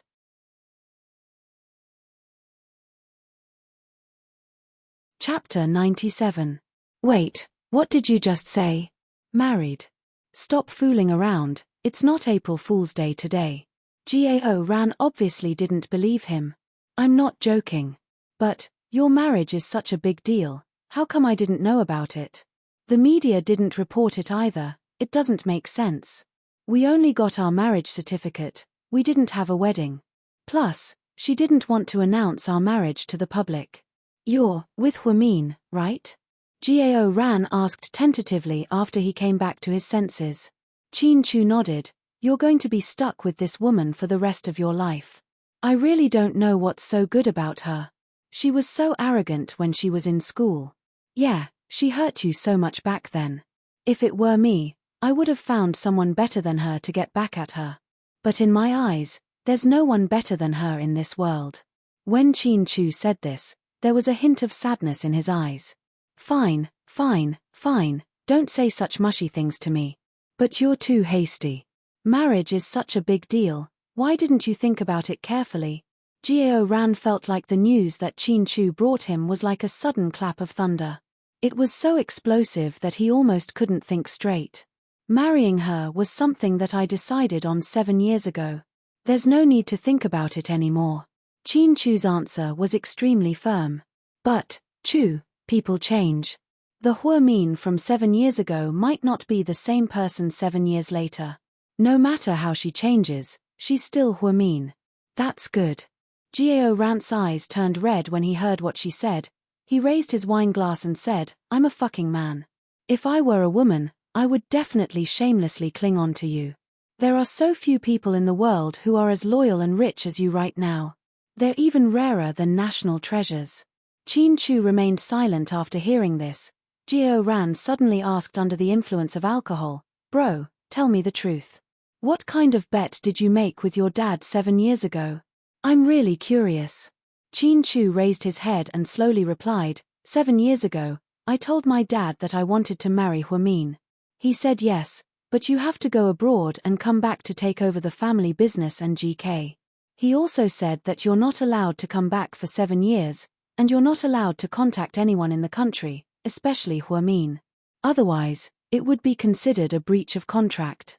If I did that, then 7 years later, if I came back unmarried and neither Huamin was married, he would agree to our marriage. Oh my God, so this is the reason why you left without saying a word. Jiao Ran was surprised. Chin Chu looked out of the window and his eyes became deep and serene. 7 years ago, I was still young and did not have the qualifications to provide her with the best conditions. If we were blindly together, it would only lead to a tragedy. It would be better for me to bear the pain of this temporary separation for these 7 years in exchange for a lifetime with her. Jiao Ran's eyes were filled with shock. Chin Chu, does she know what you're doing? She doesn't know. Oh my God, this woman, she doesn't know anything. You're really... Jiao Ran didn't know what to say. He felt that Chin Chu's stubbornness was beyond normal. Chu, I think you're paranoid. I suggest you see a doctor, it's not good for you. Even if I'm paranoid, I'm only paranoid about her. I don't care about anything else. After staring at Chin Chu for a long time, Jiao Ran said meaningfully, Huamin is really lucky. But I don't think she'll agree to marry you so easily, as far as I know. Jiao Ran knew what kind of person Huamin was, and he also knew about the grudge between them 7 years ago. That's right, that's why I threatened her. When she needed my help, I brought up this condition. But, aren't you afraid that she'll hate you for doing this? Jiao Ran looked at his buddy, his eyes full of sympathy. After hearing this, Chin Chu's eyes darkened slightly.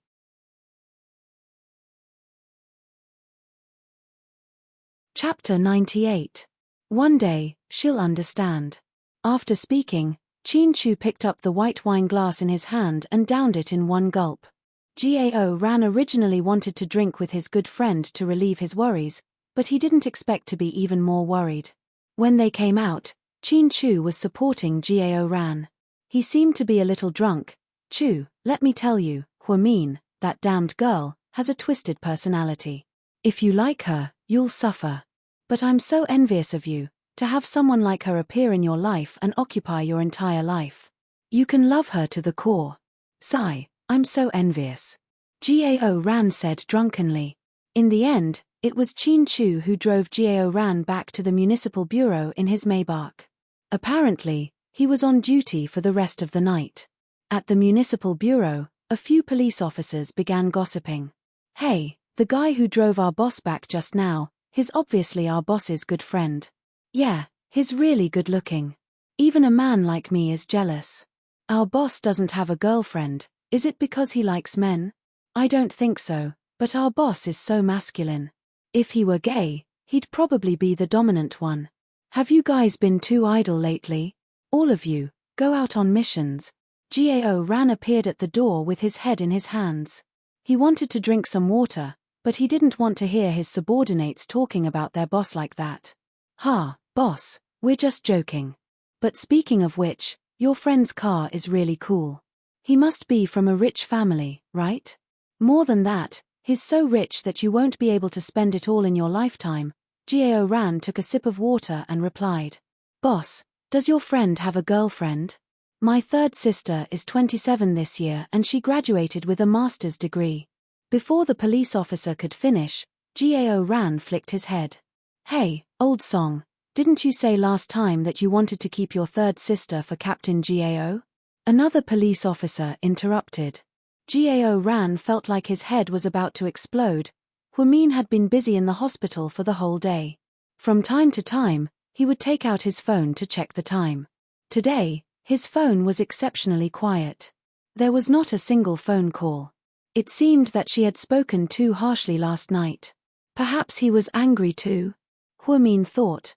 Then, she got up and went to the lounge to get some water. Unexpectedly, she bumped into Ning Jiyuan as soon as she stepped out of the door. "Mion." Ning Jiyuan's face was slightly red and reeked of alcohol. "Is something the matter? I came specially to look for you." He stepped forward. Huamin instinctively took 2 steps back to put some distance between them. "What is it? Speak. Are you still unwilling to forgive me?" "Jiyuan, we've already talked about this topic. I don't want to talk about it anymore." Huamin looked at him calmly. "Mion, but I can't let you go. I feel like I still can't forget you." Ning Jiyuan's eyes were red, as if he was about to cry. "Jiyuan, we're not kids anymore. Don't be like this. I know I was wrong. Mion, I'm sorry. Please give me another chance. This is the last chance, okay? Let's not talk about the past. Let's stick to our original plan and get married, okay? I'll pay you back the down payment for the house. You don't have to pay for the mortgage in the future. Also, I'll let you drive my car and transfer it to your name, okay? That's not the point. Jiyuan, we can't go back. Some things have already happened and I can't pretend that I didn't know. It's like you stabbed someone. Although the wound has healed, the scar is still there. Do you understand? I don't understand. Anyways, I miss you. I don't want to be separated from you." After speaking, Ning Jiyuan drunkenly pounced on Huamin. He slammed Huamin onto the table behind him. "Ning Jiyuan, what are you doing? Let go of me." Huamin struggled with all his might. However, no matter what Huamin said, Ning Jiyuan ignored him and kissed Huamin's slightly red lips.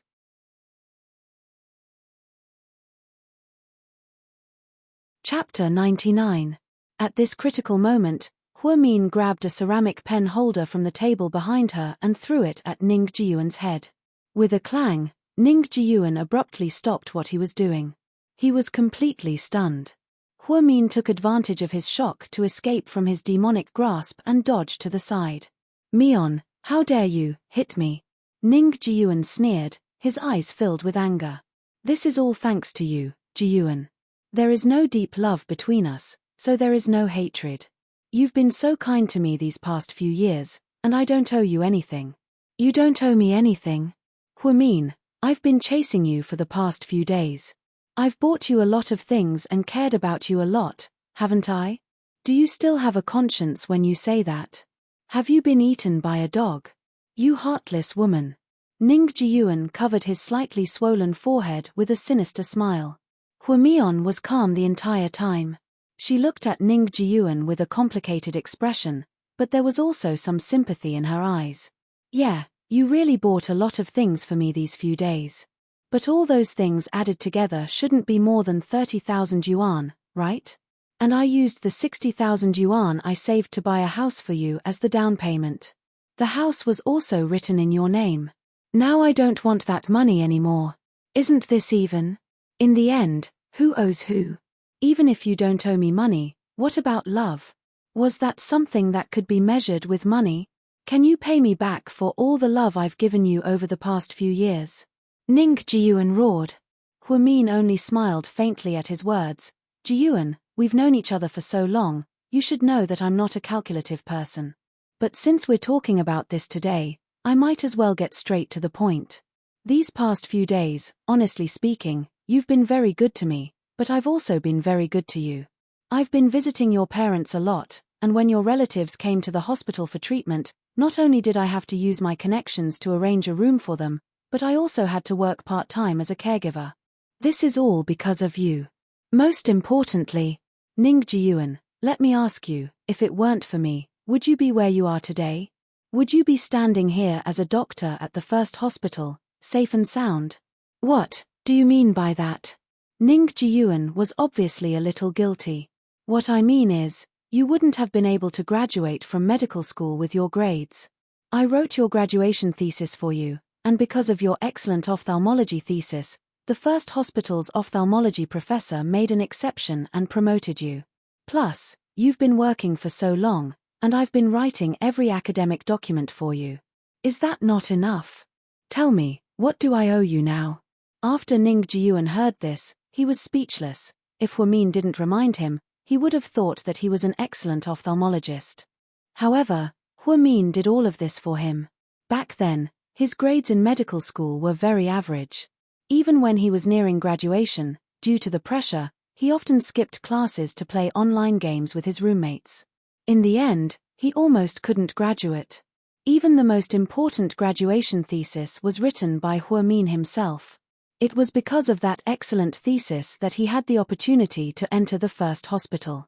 After that, every time the hospital tested him, Huamin would prepare for him. He enjoyed the fruits of his labor and accepted the title of a genius doctor with a clear conscience. But, was he a genius? Of course not. There was someone else who was a genius. It was just that no one knew about it. Then what do you want? Do you want to report me to the hospital? No one will believe you. After all, there's no evidence, Ning Ji-Yuan said proudly. Huamin's eyes were filled with disappointment when she heard this. She didn't know that a former lover could be so despicable after falling out. Evidence? Of course I have it. You have it. I don't believe you. You trusted me so much back then. You wouldn't have left any evidence. Although Ning Ji-Yuan said this, he was still a little flustered.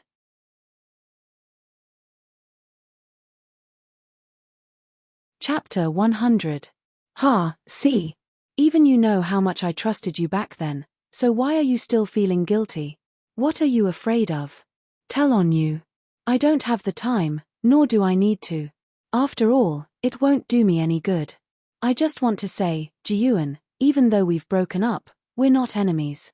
After all, we were once together, and we won't be friends because we hurt each other. I admit that Qin Chu's unexpected intervention broke our relationship, but what you did after that really disappointed me.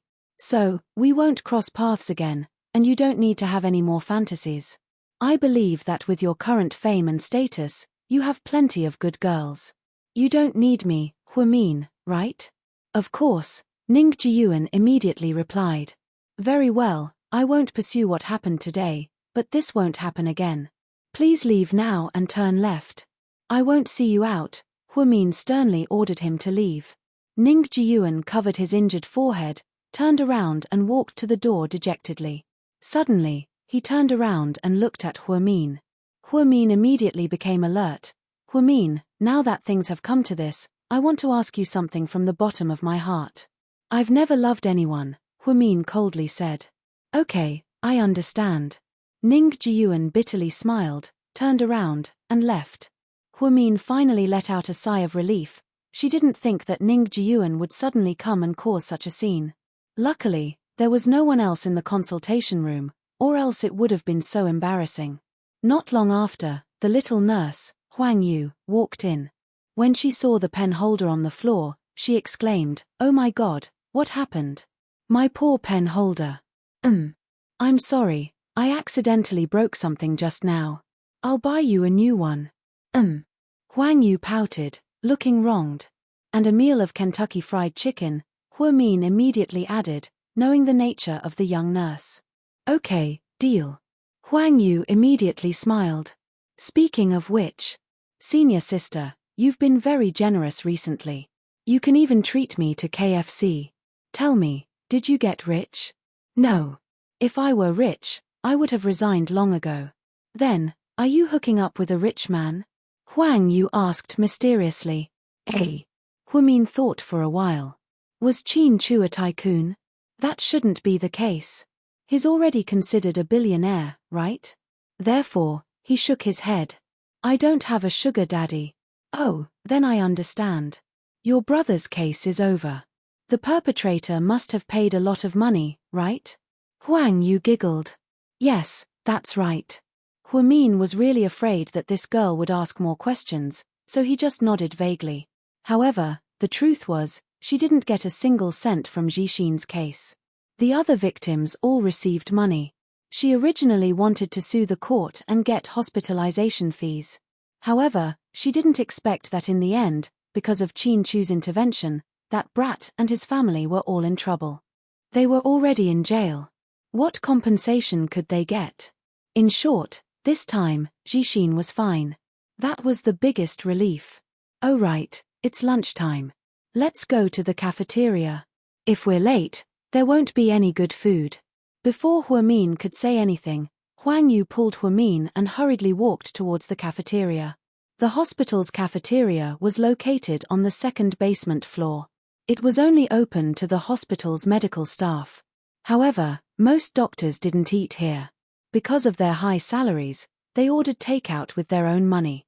Interns like Huimin and Huang Yu, on the other hand, didn't get paid much and didn't get many subsidies. That was why they ate here. It was lunchtime. There were a lot of people, but the environment was very good.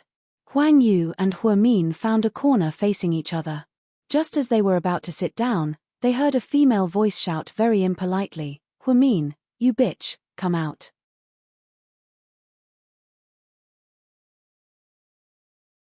Chapter 101. Hey, Senior Hua, I think someone's calling for you. I heard it too, Huimin said quietly. Huimin, where are you? Come out.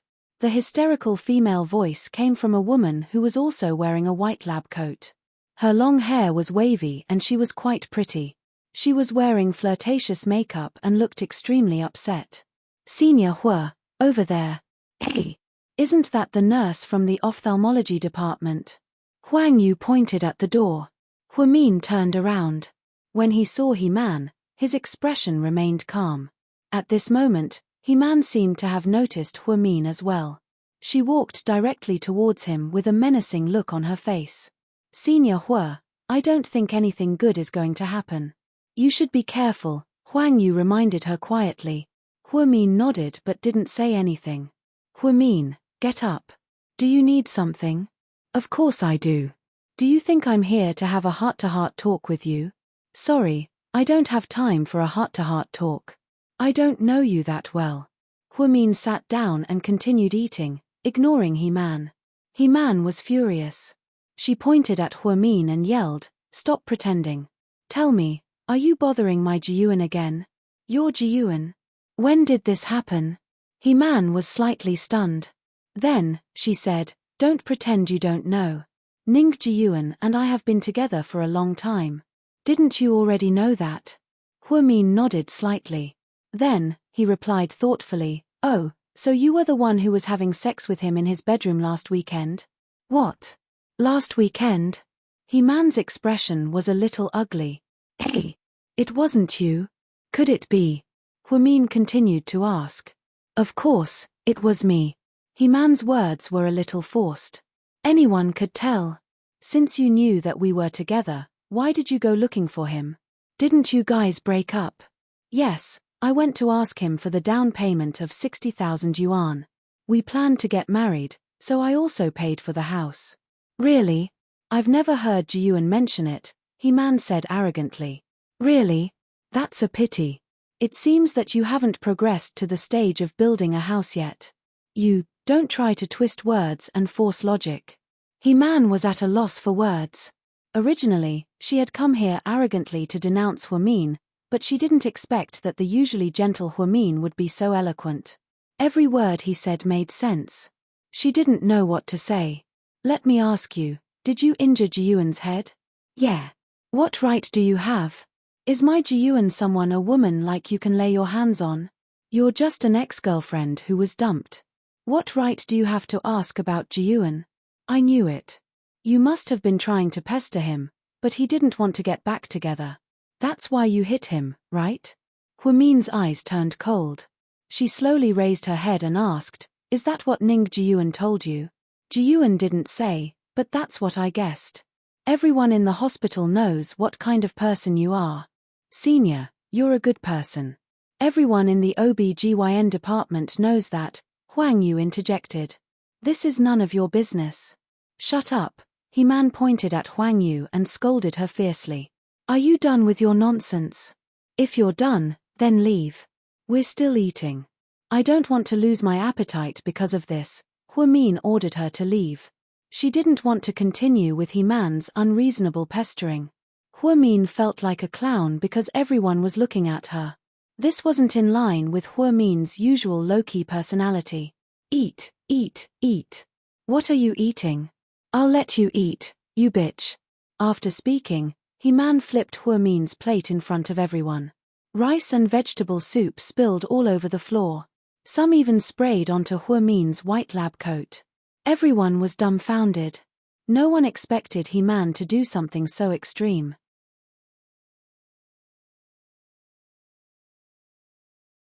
Chapter 102. After a moment of silence, Huimin asked word by word, didn't anyone tell you that wasting food is shameful? So? He-Man looked at Huimin provocatively. So, whoever wastes food should finish it, Huimin said as he picked up Huang Yu's plate, covered it with He-Man's white coat, and threw it at her. In an instant, rice and vegetable soup were all over He-Man's body. Oh my, senior sister, you're so awesome. Huang Yu quietly stood up and gave her a thumbs up. Huimin, how dare you treat me like this? He-Man was a little dumbfounded. I'm not your mother, why would I spoil you? Huimin didn't think much of it. I'm going to beat you to death, you bitch. He-Man swung her hand with all her strength. However, her hand stopped 5 centimeters away from Huimin. Huimin quickly reached out and grabbed her wrist with all his strength. If you want to be a monkey, go to the plaza in the city center. This is a hospital, please pay attention to your image. After he spoke, Huimin shoved He-Man away, grabbed Huang Yu's hand, and left. At that moment, He-Man was terrified. She didn't even dare to chase after them because her wrist was red from Huimin's grip. That woman looked thin and weak, but she was terrifyingly strong. Oh my god, what's going on? Isn't that woman a nurse from the ophthalmology department? Yeah, I heard that she hooked up with an intern from the ophthalmology department. That doctor is pretty handsome, but he said that he has a girlfriend, and that she's a nurse from the OB/GYN department. Isn't that the mistress and the first wife fighting? The other nurses all whispered amongst themselves. He-Man also felt embarrassed, so she left the cafeteria with a dark face. Ophthalmology department Ji-Yuan, are you okay? He-Man asked worriedly as she looked at Ning Ji-Yuan's slightly red forehead. Let me ask you, who told you to look for Huimin? I'm just standing up for you. Who asked you to take care of the injustice for me? Why are you causing trouble for me? Ning Ji-Yuan was quite angry when he heard about the restaurant. Huimin, what right does she have to treat you like that? That's between me and her. Don't go looking for Huimin in the future. Otherwise, you'll disappear from my sight immediately. After glaring at He-Man, Ning Ji-Yuan got up and left. He-Man didn't feel good about it. At the same time, she had a question that she didn't understand. Since Ning Ji-Yuan and Huimin had already broken up, who was the woman that Huimin saw at Ning Ji-Yuan's house last weekend? Of course, it wasn't her. She had been on duty for an entire day and night last weekend. She hadn't even been to Ning Ji-Yuan's house. Could it be that Huimin was lying? To ruin her relationship with Ji-Yuan? But it didn't seem like a lie. The restaurant dispute was originally a small matter. However, someone recorded a short video of it and spread it to every department in the first hospital. The seemingly gentle intern nurse, Huimin, became famous because of it. She was given the title of Hot Little Nurse. Male doctors and male assistants, and even male colleagues from the office, came to see this young nurse with their own eyes. Some of the bolder ones even courted her and sent her flowers. Huimin didn't know whether to laugh or cry. Looking at the table full of chocolates and flowers, Huamin was speechless. Senior, what should we do? You're famous now. Where's the hot little nurse? Hot? I'm not. I'm more like a tomboy. Huamin was speechless. So, is there anyone that you like among these people? I think the deputy director of the radiology department is pretty good. He's 30 years old, 178 meters tall, drives a BMW, and apparently comes from a good family. He looks like the Korean actor Song Seung-seon. Are you sure you don't want to consider him? Huang Yu looked envious.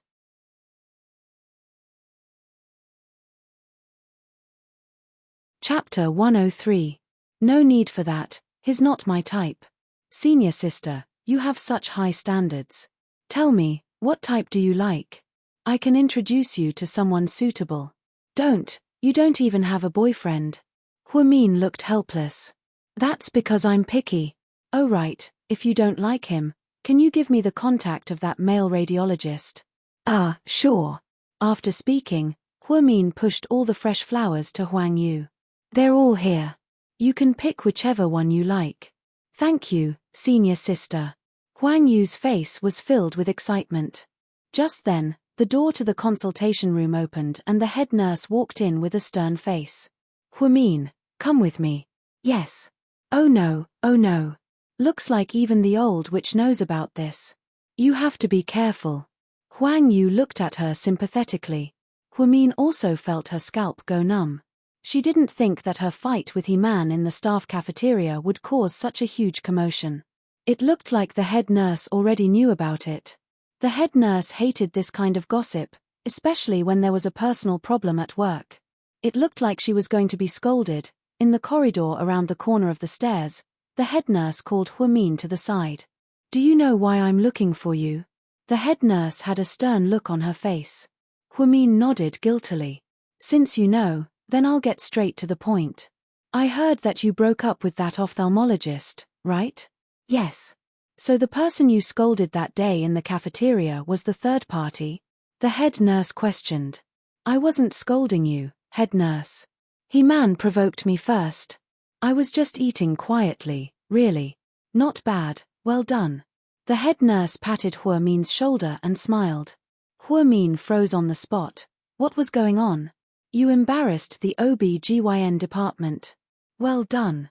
Let them know that the OB/GYN department is not to be trifled with. He's not a pushover who can be bullied by you. Yes. Huamin sweated. There's one more thing I want to tell you. Go ahead, head nurse, Huamin said respectfully, as if he could do whatever she wanted with him. Aren't you single now? I happen to have a distant cousin who works in this city. He's a very nice person, and he's about the same age as you. Most importantly, he's also in the medical field. He's a forensic doctor. I think you two are quite suitable, so I plan to let you two meet next week. Head nurse, are you trying to introduce a boyfriend to me? Yes, the young nurses in our hospital are too unreliable. You're about the same age, but you're steady and low-key, so I think you're the most suitable for my cousin. Don't worry about his family background. He has a house and a car, and his parents are doing business in the South. After marriage, you'll live alone. But, head nurse, I already have a boyfriend that someone introduced to me. So soon? The head nurse was clearly surprised. Huamin didn't dare to tell her that he was married. He didn't want to scare the head nurse, so he lied and said that someone introduced him. Yes, that's why I can't eat from the bowl and look at the pot. Thank you for your kindness. It's okay. You're single now, so you need to be trained and selected. That's settled. I'll arrange a time for you two to meet next week. Okay, I'm going back to work. Hey, head nurse. No matter how much Huamin shouted, the head nurse wouldn't listen. But the problem was, he was already married.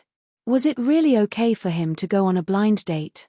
If a certain someone found out, would he strangle him to death? The Cold War lasted for a day and a night, but neither of them called or texted. It felt weird. Seeing that his phone was silent, Huamin felt slightly disappointed. It seemed like he wasn't that important to Chinchu after all. With these lonely thoughts, Huamin got off work, packed up, and went home. Because she worked overtime until 10 at night, it was already very late when she got home. When she was downstairs, she purposely looked up and saw that the 16th floor was dark. It seemed like Chin-Chu hadn't come home yet. After she got upstairs, she gently took out her keys and opened the door. Then, she walked in. Before she could steady herself, she was violently pushed against the wall. Then, someone bit down on her lips. At that moment, she was so scared that she almost stopped breathing.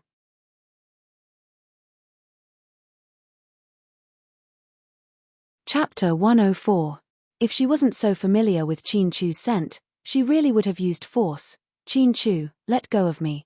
She was a little nervous. Chin-Chu didn't say anything. He just hugged Huamin tightly and leaned his head against her ear. His heavy breathing made Huamin's heart itch unbearably. A strong smell of alcohol filled the air. Huamin frowned slightly. Did you drink? She asked. Chin-Chu still didn't say anything. After he finished drinking with Jiao Ran and returned home, he took out his precious Chateau Lafite from the wine cabinet and drank an entire bottle by himself. He missed Huamin even more. For the past 7 years, he had endured it all by himself, but now, with Huamin by his side, he couldn't even last 24 hours. That's why people say that the scariest thing is habit. Because he was already used to having her by his side, he couldn't stand being alone for even a moment. Chin-Chu, let go of me first. You're drunk. Huamin couldn't move as he hugged her so tightly. No. After a while, Chin-Chu stubbornly said 2 words. Chin-Chu, what do you want? What do you think I want? Chin-Chu pinched Huamin's chin with one hand and stared at the side of her face. In an instant, a flirtatious atmosphere filled the entire room. Huamin pursed her lips. She didn't know how to answer. Chin-Chu looked at Huamin, who was so close to him, and couldn't suppress the impulse in his heart. His other hand moved restlessly up and down her back. Did he know what he wanted? And she knew what he wanted. Chin-Chu, don't be like this. I'm not ready yet. After speaking, Huamin violently pushed him away. Chin-Chu's body swayed and fell on the sofa behind him. I'm sorry. Huamin turned his head away, not looking into his eyes. Why are you apologizing? Chin-Chu looked at her and asked word by word. She didn't know how to answer. I should be the one apologizing. I'm sorry. I shouldn't have done those things behind your back. I just didn't want you to get hurt. Chin-Chu leaned on the sofa and said with his head tilted. No, you didn't do anything wrong. I didn't know what was good for me. You did it for my own good, and I shouldn't have been so pretentious. If you didn't help me, Jixin's surgery wouldn't have gone so smoothly. He wouldn't have paid all the surgery fees, and the culprit wouldn't have been punished. Chin-Chu, you're really good to me. In fact, Huamin had already figured this out. She felt that no matter what Chin-Chu did, his intentions were always good. She was the one who didn't know what was good for her. You really think so? Chin-Chu was a little surprised. Huamin nodded. Then, Huamin hesitated for a moment before continuing. I know that we're legally married, and some things are bound to happen. I'm not pretending to be noble, and I'm not rejecting you. It's just that. I'm really not ready. Please don't make things difficult for me, okay? So, you think this is something that's difficult for you? When Chin-Chu said this, a hint of loneliness flashed across his eyes. Huamin didn't say anything. She just bit her lip. Okay, I won't make things difficult for you. It's late, you should go to bed early. Good night. After speaking, Chin-Chu turned around and went upstairs. Huamin knew that she disappointed Chin-Chu again, a sleepless night. The next day, Huamin woke up early to prepare breakfast. When Chin-Chu came downstairs, he saw the piping hot Chinese breakfast on the table. There were fried eggs, soy milk, and golden potato pancakes. Let's eat, Huamin said with a smile. At this moment, Huamin was wearing a pink apron, and her hair was slightly messy. She looked completely like a housewife. Chin-Chu was mad at her. He originally wanted to say that he didn't want to eat, but when he saw how down-to-earth Huamin was, he couldn't say no. This warm scene was something that he had always dreamed of. Chin-Chu didn't say anything. Instead, he sat down at the breakfast table, picked up the soy milk, and took a sip. I bought these beans at the supermarket. When I squeezed them out, the color was quite thick. I don't know if they're good or not. How is it? Does it taste good? Huamin asked carefully.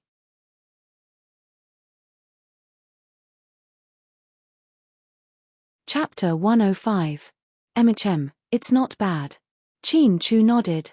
That's good, you should eat more. Huamin let out a sigh of relief and smiled. Then, the two of them ate breakfast face to face. Chin Chu didn't say a word, but he would occasionally raise his head to look at Huamin. Huamin, on the other hand, ate with great appetite. He had been eating Western breakfast for a long time. It was rare for him to eat Chinese food that he made himself, and it was delicious. No matter how angry he was at her, as long as he saw her sitting quietly next to him, he would be happy. Chin Chu felt like all of this was a gift from the heavens. He had been looking forward to this day for 7 years. Now that everything had come true, he should be happy. How's your brother recovering? I heard he was discharged from the hospital, Chin Chu suddenly asked. He's recovering very well. I told him to stay at home for a while, since there aren't any more classes at school. That's good. Chin Chu nodded. After breakfast, the two of them left the house together. Chin Chu had been driving a Maybach lately, so Huamin had been taking the bus to work for the past few days.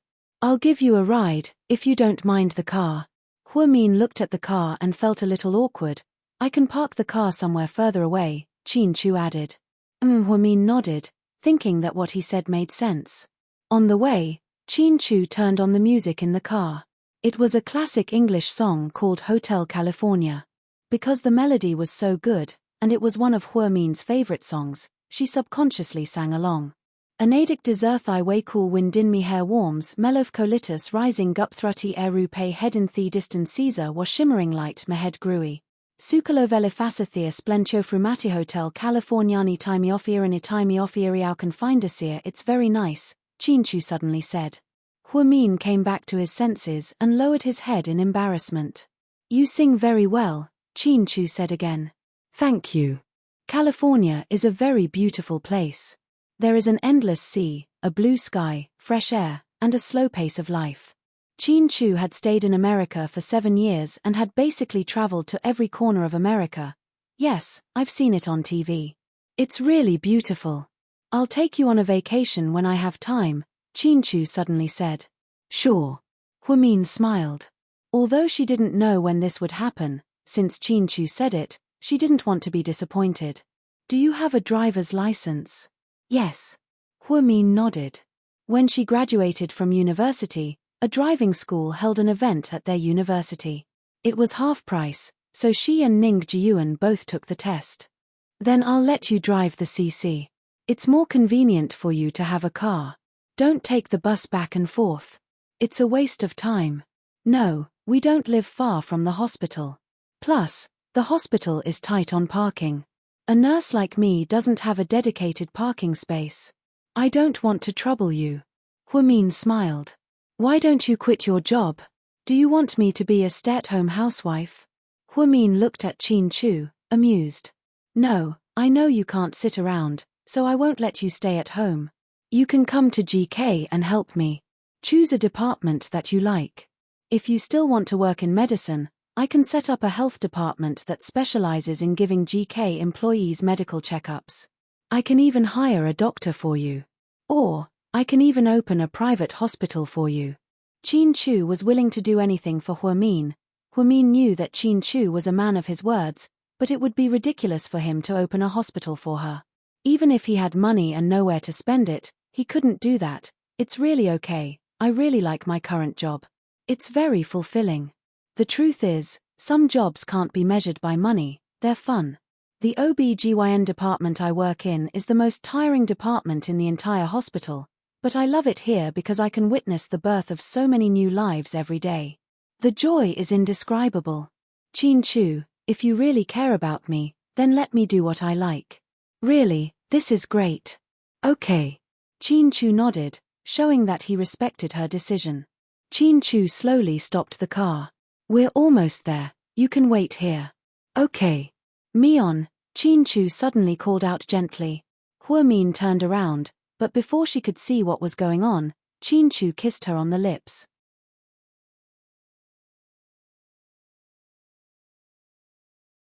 Chapter 106. See you tonight, Chinchu said softly. Huamin covered his blushing face with one hand and hurriedly opened the door and ran out of the car. Then, without looking back, he ran towards the hospital. Then, Chinchu's Maybach turned around and drove in another direction. When Huamin arrived at the entrance of the hospital, he saw a silver BMW 730 slowly coming to a stop at the front of the parking space. Huamin was a little confused.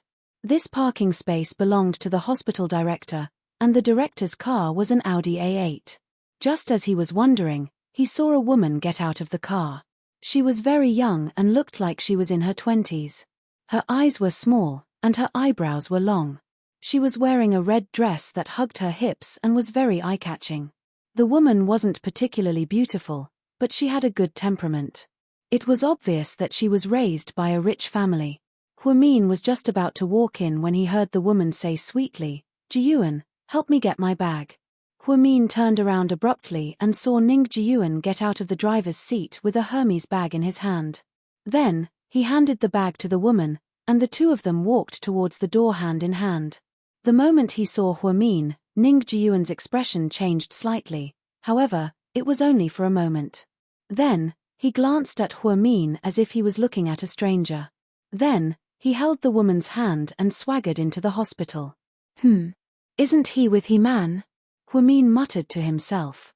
Huamin had been doing fetal heart rate tests for pregnant women the entire morning. When he finally finished, he looked at the time and saw that it was already past lunchtime. "Mion, here, I packed a portion for you. But the dishes today are really ugly. I hate cabbage." Huang Yu walked in with 2 lunchboxes. "Thank you, yeah. Huamin smiled. Then, she opened the lunchbox and began to eat. Once a person was hungry, they would forget to be picky about food. Even though Huang Yu said the food tasted awful, Huamin ate it with gusto. At this moment, an uninvited guest appeared at the door. "Huamin, let's talk." "Ah, are you here to fight again?" Huang Yu pouted when she saw He-Man. Huamin finished the last mouthful of rice. He slowly raised his head and said expressionlessly, "I have nothing to say to you. I'm not here to quarrel, nor am I here to pick a fight. I really have something to tell you." "Say it. Once you're done, hurry up and leave." Huamin wasn't polite at all. He-Man glanced at Huang Yu, then looked at Huamin and said, "Do you know? Ning Jiyuan hooked up with another woman." "What does that have to do with me?" Huamin retorted. "Do you know who this woman is? She's President Wu's niece. She just came back from studying abroad in Japan. She's also a top medical student. I heard that she'll be assigned to the OB/GYN department." "So what?" Huamin didn't think this had anything to do with her. He-Man stared at her and continued, "President Wu really likes this niece, so Ning Jiyuan hooked up with her because he wants to climb up the social ladder. This scumbag, I finally saw his true colors. I think the woman you saw at Ning Jiyuan's house a few days ago was probably her." "So?" Huamin stood up and looked at He-Man curiously. "So, I came to you because I wanted to work with you to find President Wu's niece and expose Ning Jiyuan's true colors. I didn't expect him to be that kind of man." "Did you know? I've already slept with him, and I gave my first time to him. He said that he would take responsibility for me and marry me. Then you should go find Ning Jiyuan." "It's useless to find me," Huamin replied calmly. "I did, but he ignored me and didn't answer my calls. He even changed the lock on his house." "Huamin, you're also one of the victims. If the two of us work together to expose him, maybe President Wu's niece will abandon him. At that time, he won't be able to survive in our hospital, and he won't be able to dream of becoming the president's niece's son-in-law. What do you think?" You're tuning in to the Dreamy Chapters YouTube channel. We're so grateful for your support, and don't forget to subscribe to join us on this incredible journey through captivating stories. Your generosity through donations truly makes a world of difference, as it's the primary source of revenue that allows me to expand and enhance this channel for you. Thank you from the bottom of my heart for being a part of this adventure.